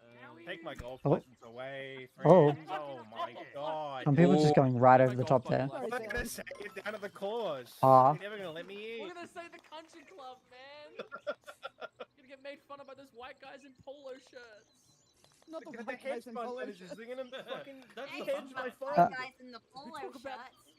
Amazing, incredible. Painting it like one of those Ursa in the French lead now. swings. They're gonna make me do better Abe stuff in deals. second. Who was in last place? Did you catch that? I'm afraid I missed that one. Polio. Abe full sending it to nowhere. Farley are. Oh, Golf with friends is a little bit like drag race. You know, if you're safe, if you're in the middle, we just My ape's gone. we forget to comment. But if you're in the top or the bottom, yeah, that's when you Yeah, get the critiques. Not my Dogecoin. You don't want to be a filler queen when it comes to golf with your friends. Oh, hang on. I wasn't paying attention. Oh, Kit not realizing the game was still underway yeah, and getting in for two. very clever. Ursa in the lead, Abe second. Adzi and Ant, they're I get yeah, that middle one. Tied for bringing last. up the rear. I didn't get that middle one. Now, I believe on this course there is actually a target that if you hit it just right, Oh, fuck. you can actually get a Oh, hole in yeah. one. It seems no one has bothered to attempt that. Yeah. Double jump. What Yeah. just happened to me? That was insane. Actually, oh, it was a thing in the air. Never mind. The sachet bogey of the season. 2 under par. No, Yeah, fuck. it is actually, yeah. Nobody mentioned this, but the two last placed golfers will have to lip sync for their life. Otherwise, they will be eliminated from PCU. Fuck it. Yeah, bad luck. It would make it slightly awkward Yeah. for Ant if they were to lose that one, being the founder of the entire event. Yeah. The locking in is, Oh, Doc's so close to that booster there. not dock in. Oh. Wait a minute. Wait a minute.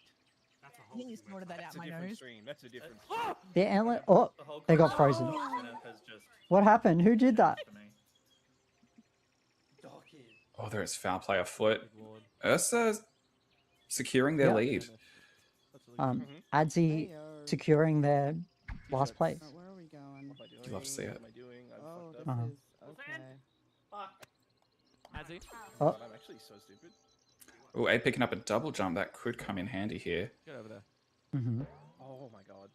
Oh. Oh, That's a it may have backfired. They're about to... No, that's the wrong hole. Oh, that is bad luck. I was like, I am taking the Oh. opportunity to go. Are they back to the start? Oh, Why'd you jump? What happened? Abe has in the wise words of British people, bottled it. Actually lost it. Yeah, no, never You mind. haven't lost it. You haven't lost it. Hubris comes for us all. You got this. You got this. You got this. No, I was doing great, and then I went the wrong Couldn't way. you Salem Van Gogh for a Nancy reason? getting in for 5 Oh. there. Star getting in for 6. Bringing it back. Ursa grabbing an 8.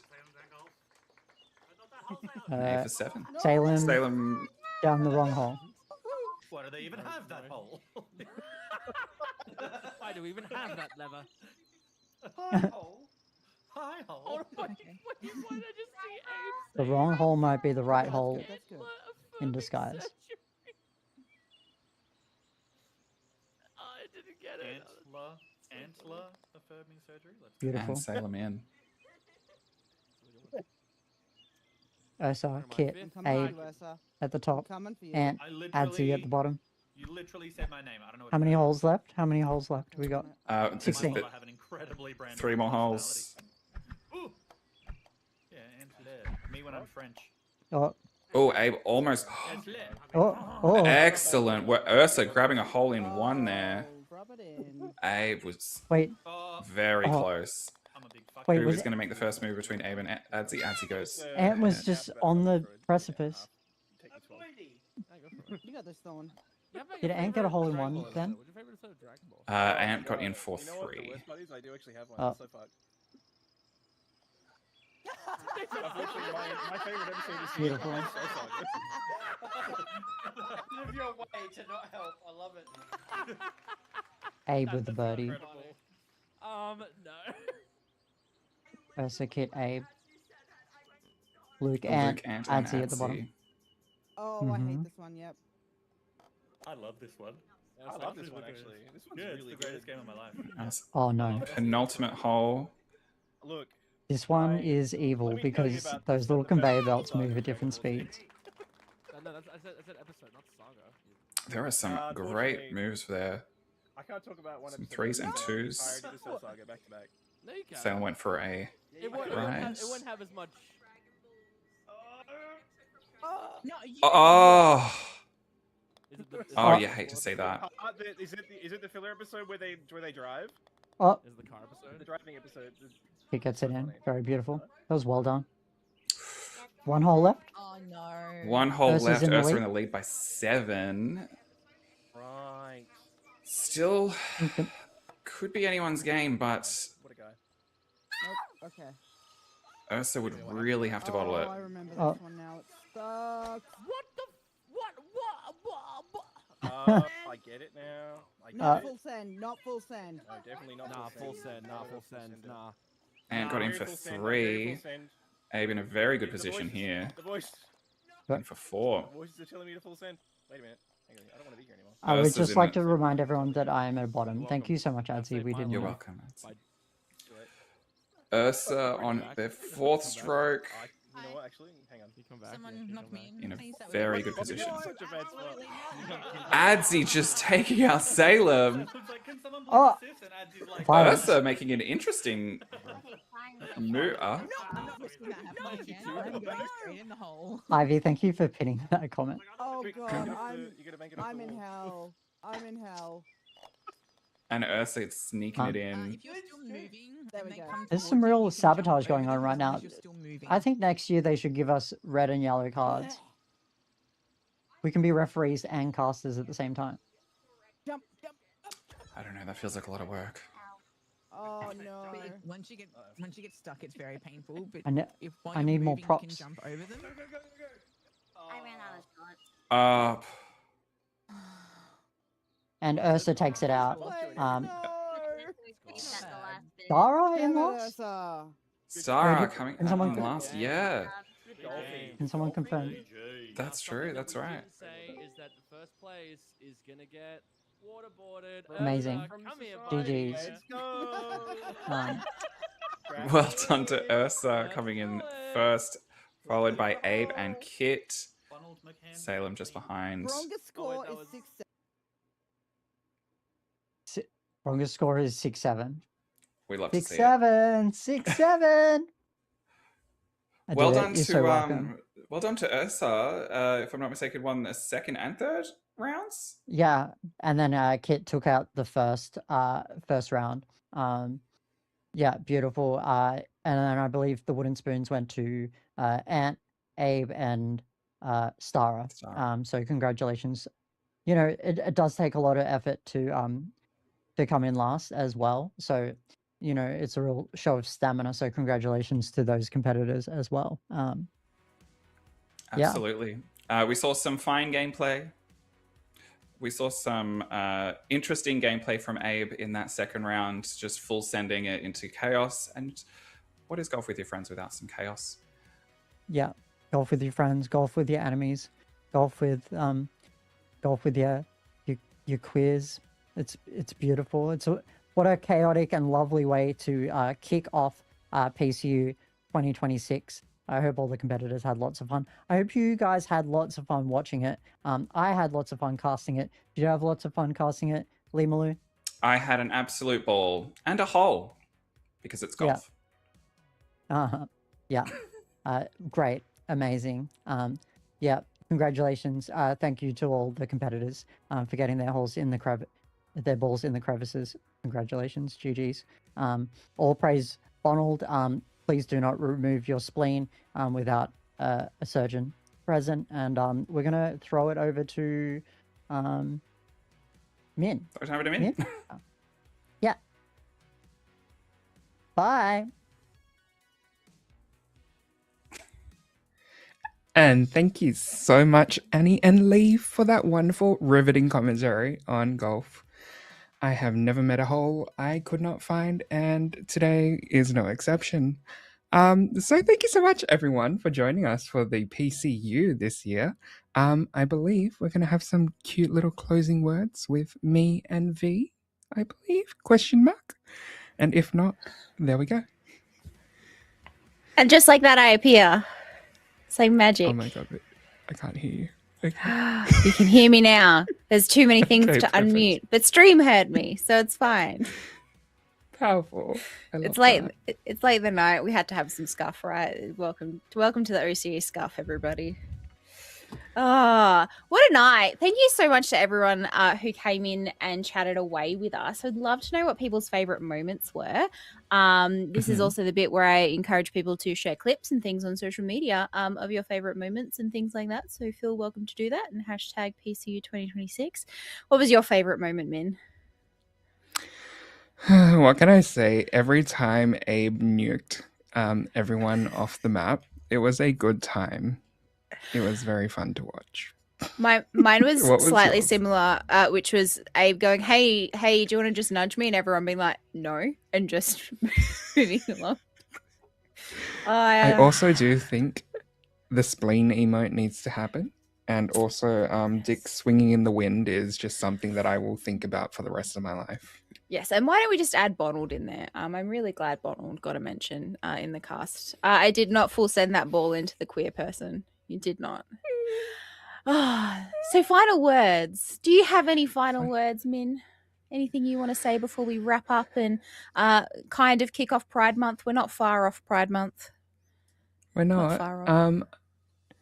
I think it's really important to mention that it's never too late to join the PCU for this year. We have 30 whole days coming up, and it is never too late to think of an idea. It doesn't have to be an official event. It just needs to be something that you can rope a whole bunch of people into. Or just one other person. It doesn't even need to be a bunch of people. Just ping someone and go, hey, I wanna collab with you, and just do it. Yeah, and you can absolutely. find the applications out at pcu.gg. You can. And I will note on that, just for people who are thinking about joining, you can jump in for one event. You can jump in to use it as a chance to collaborate. And, sometimes you find really cool people in PCU, but you can't line stuff up for Pride Month. So we, I think, have a really wonderful community that collaborates outside of Pride Month. So please, if you would like to come on in and do some networking and join in on some fun, please do join. I just want to say that the applications for collaborators will be open until the last week of the month. So we don't want everyone coming in on the last day because that's a lot of admin for V, but more so than that, we want people to have at least a time to get in there, get acquainted and get to know people, because that's what this event is all about, is spreading queer joy and bringing people together. Yeah, there you go. There's a tweet and everything. On that note, please be sure to follow us on socials. You can find us at PCU_GG in most places, except for Blue Sky, where we are at PCU.GG. Our website is also www.pcu.gg. We were making posts throughout the month, celebrating the wonderful 50 plus collaborators that we have on board so far. So please feel welcome to come in and add to that number. And we have a whole bunch of really cool things planned. So keep an eye out on socials. And I have a really important question for everyone that you can answer in the PCU Discord. If you're a fruit, what fruit would you be and why? Because I'm a strawberry, because I'm seedy on the outside and I go great with Moscato. Thank you so much. And just a reminder for anyone who wants to answer tomato, that is in fact a fruit. Please feel encouraged. Well, look, we're nearly ready to wrap up. One final message, though, which is that we just wanted to say a huge thank you to our producers for tonight's opening ceremony, which is Abe, ANZ, and Cronus, as well as the rest of the team at Hammer and Shield Productions. Whilst HSP don't often credit their productions and they prefer to let the productions speak for themselves, I will say that this is their second year that they have brought us their time and their expertise for free. They could be doing paid stuff, but they're here supporting this wonderful community we have, so we really appreciate it. So if we can get some hype in chat for our beautiful producers. Woo! Thank you so much. And then I think that's us done for the night. We are, well, at least in WA time, I think about 3.5 hours off Pride Month officially being here. So be gay, do crime, everybody. Maybe don't do crime. If you do Or do. crime, I didn't tell you to do. I'm not an accomplice. I told you. You can do it. I support you. All right. Take care, everyone, and we will see you throughout the month. Bye. Good night.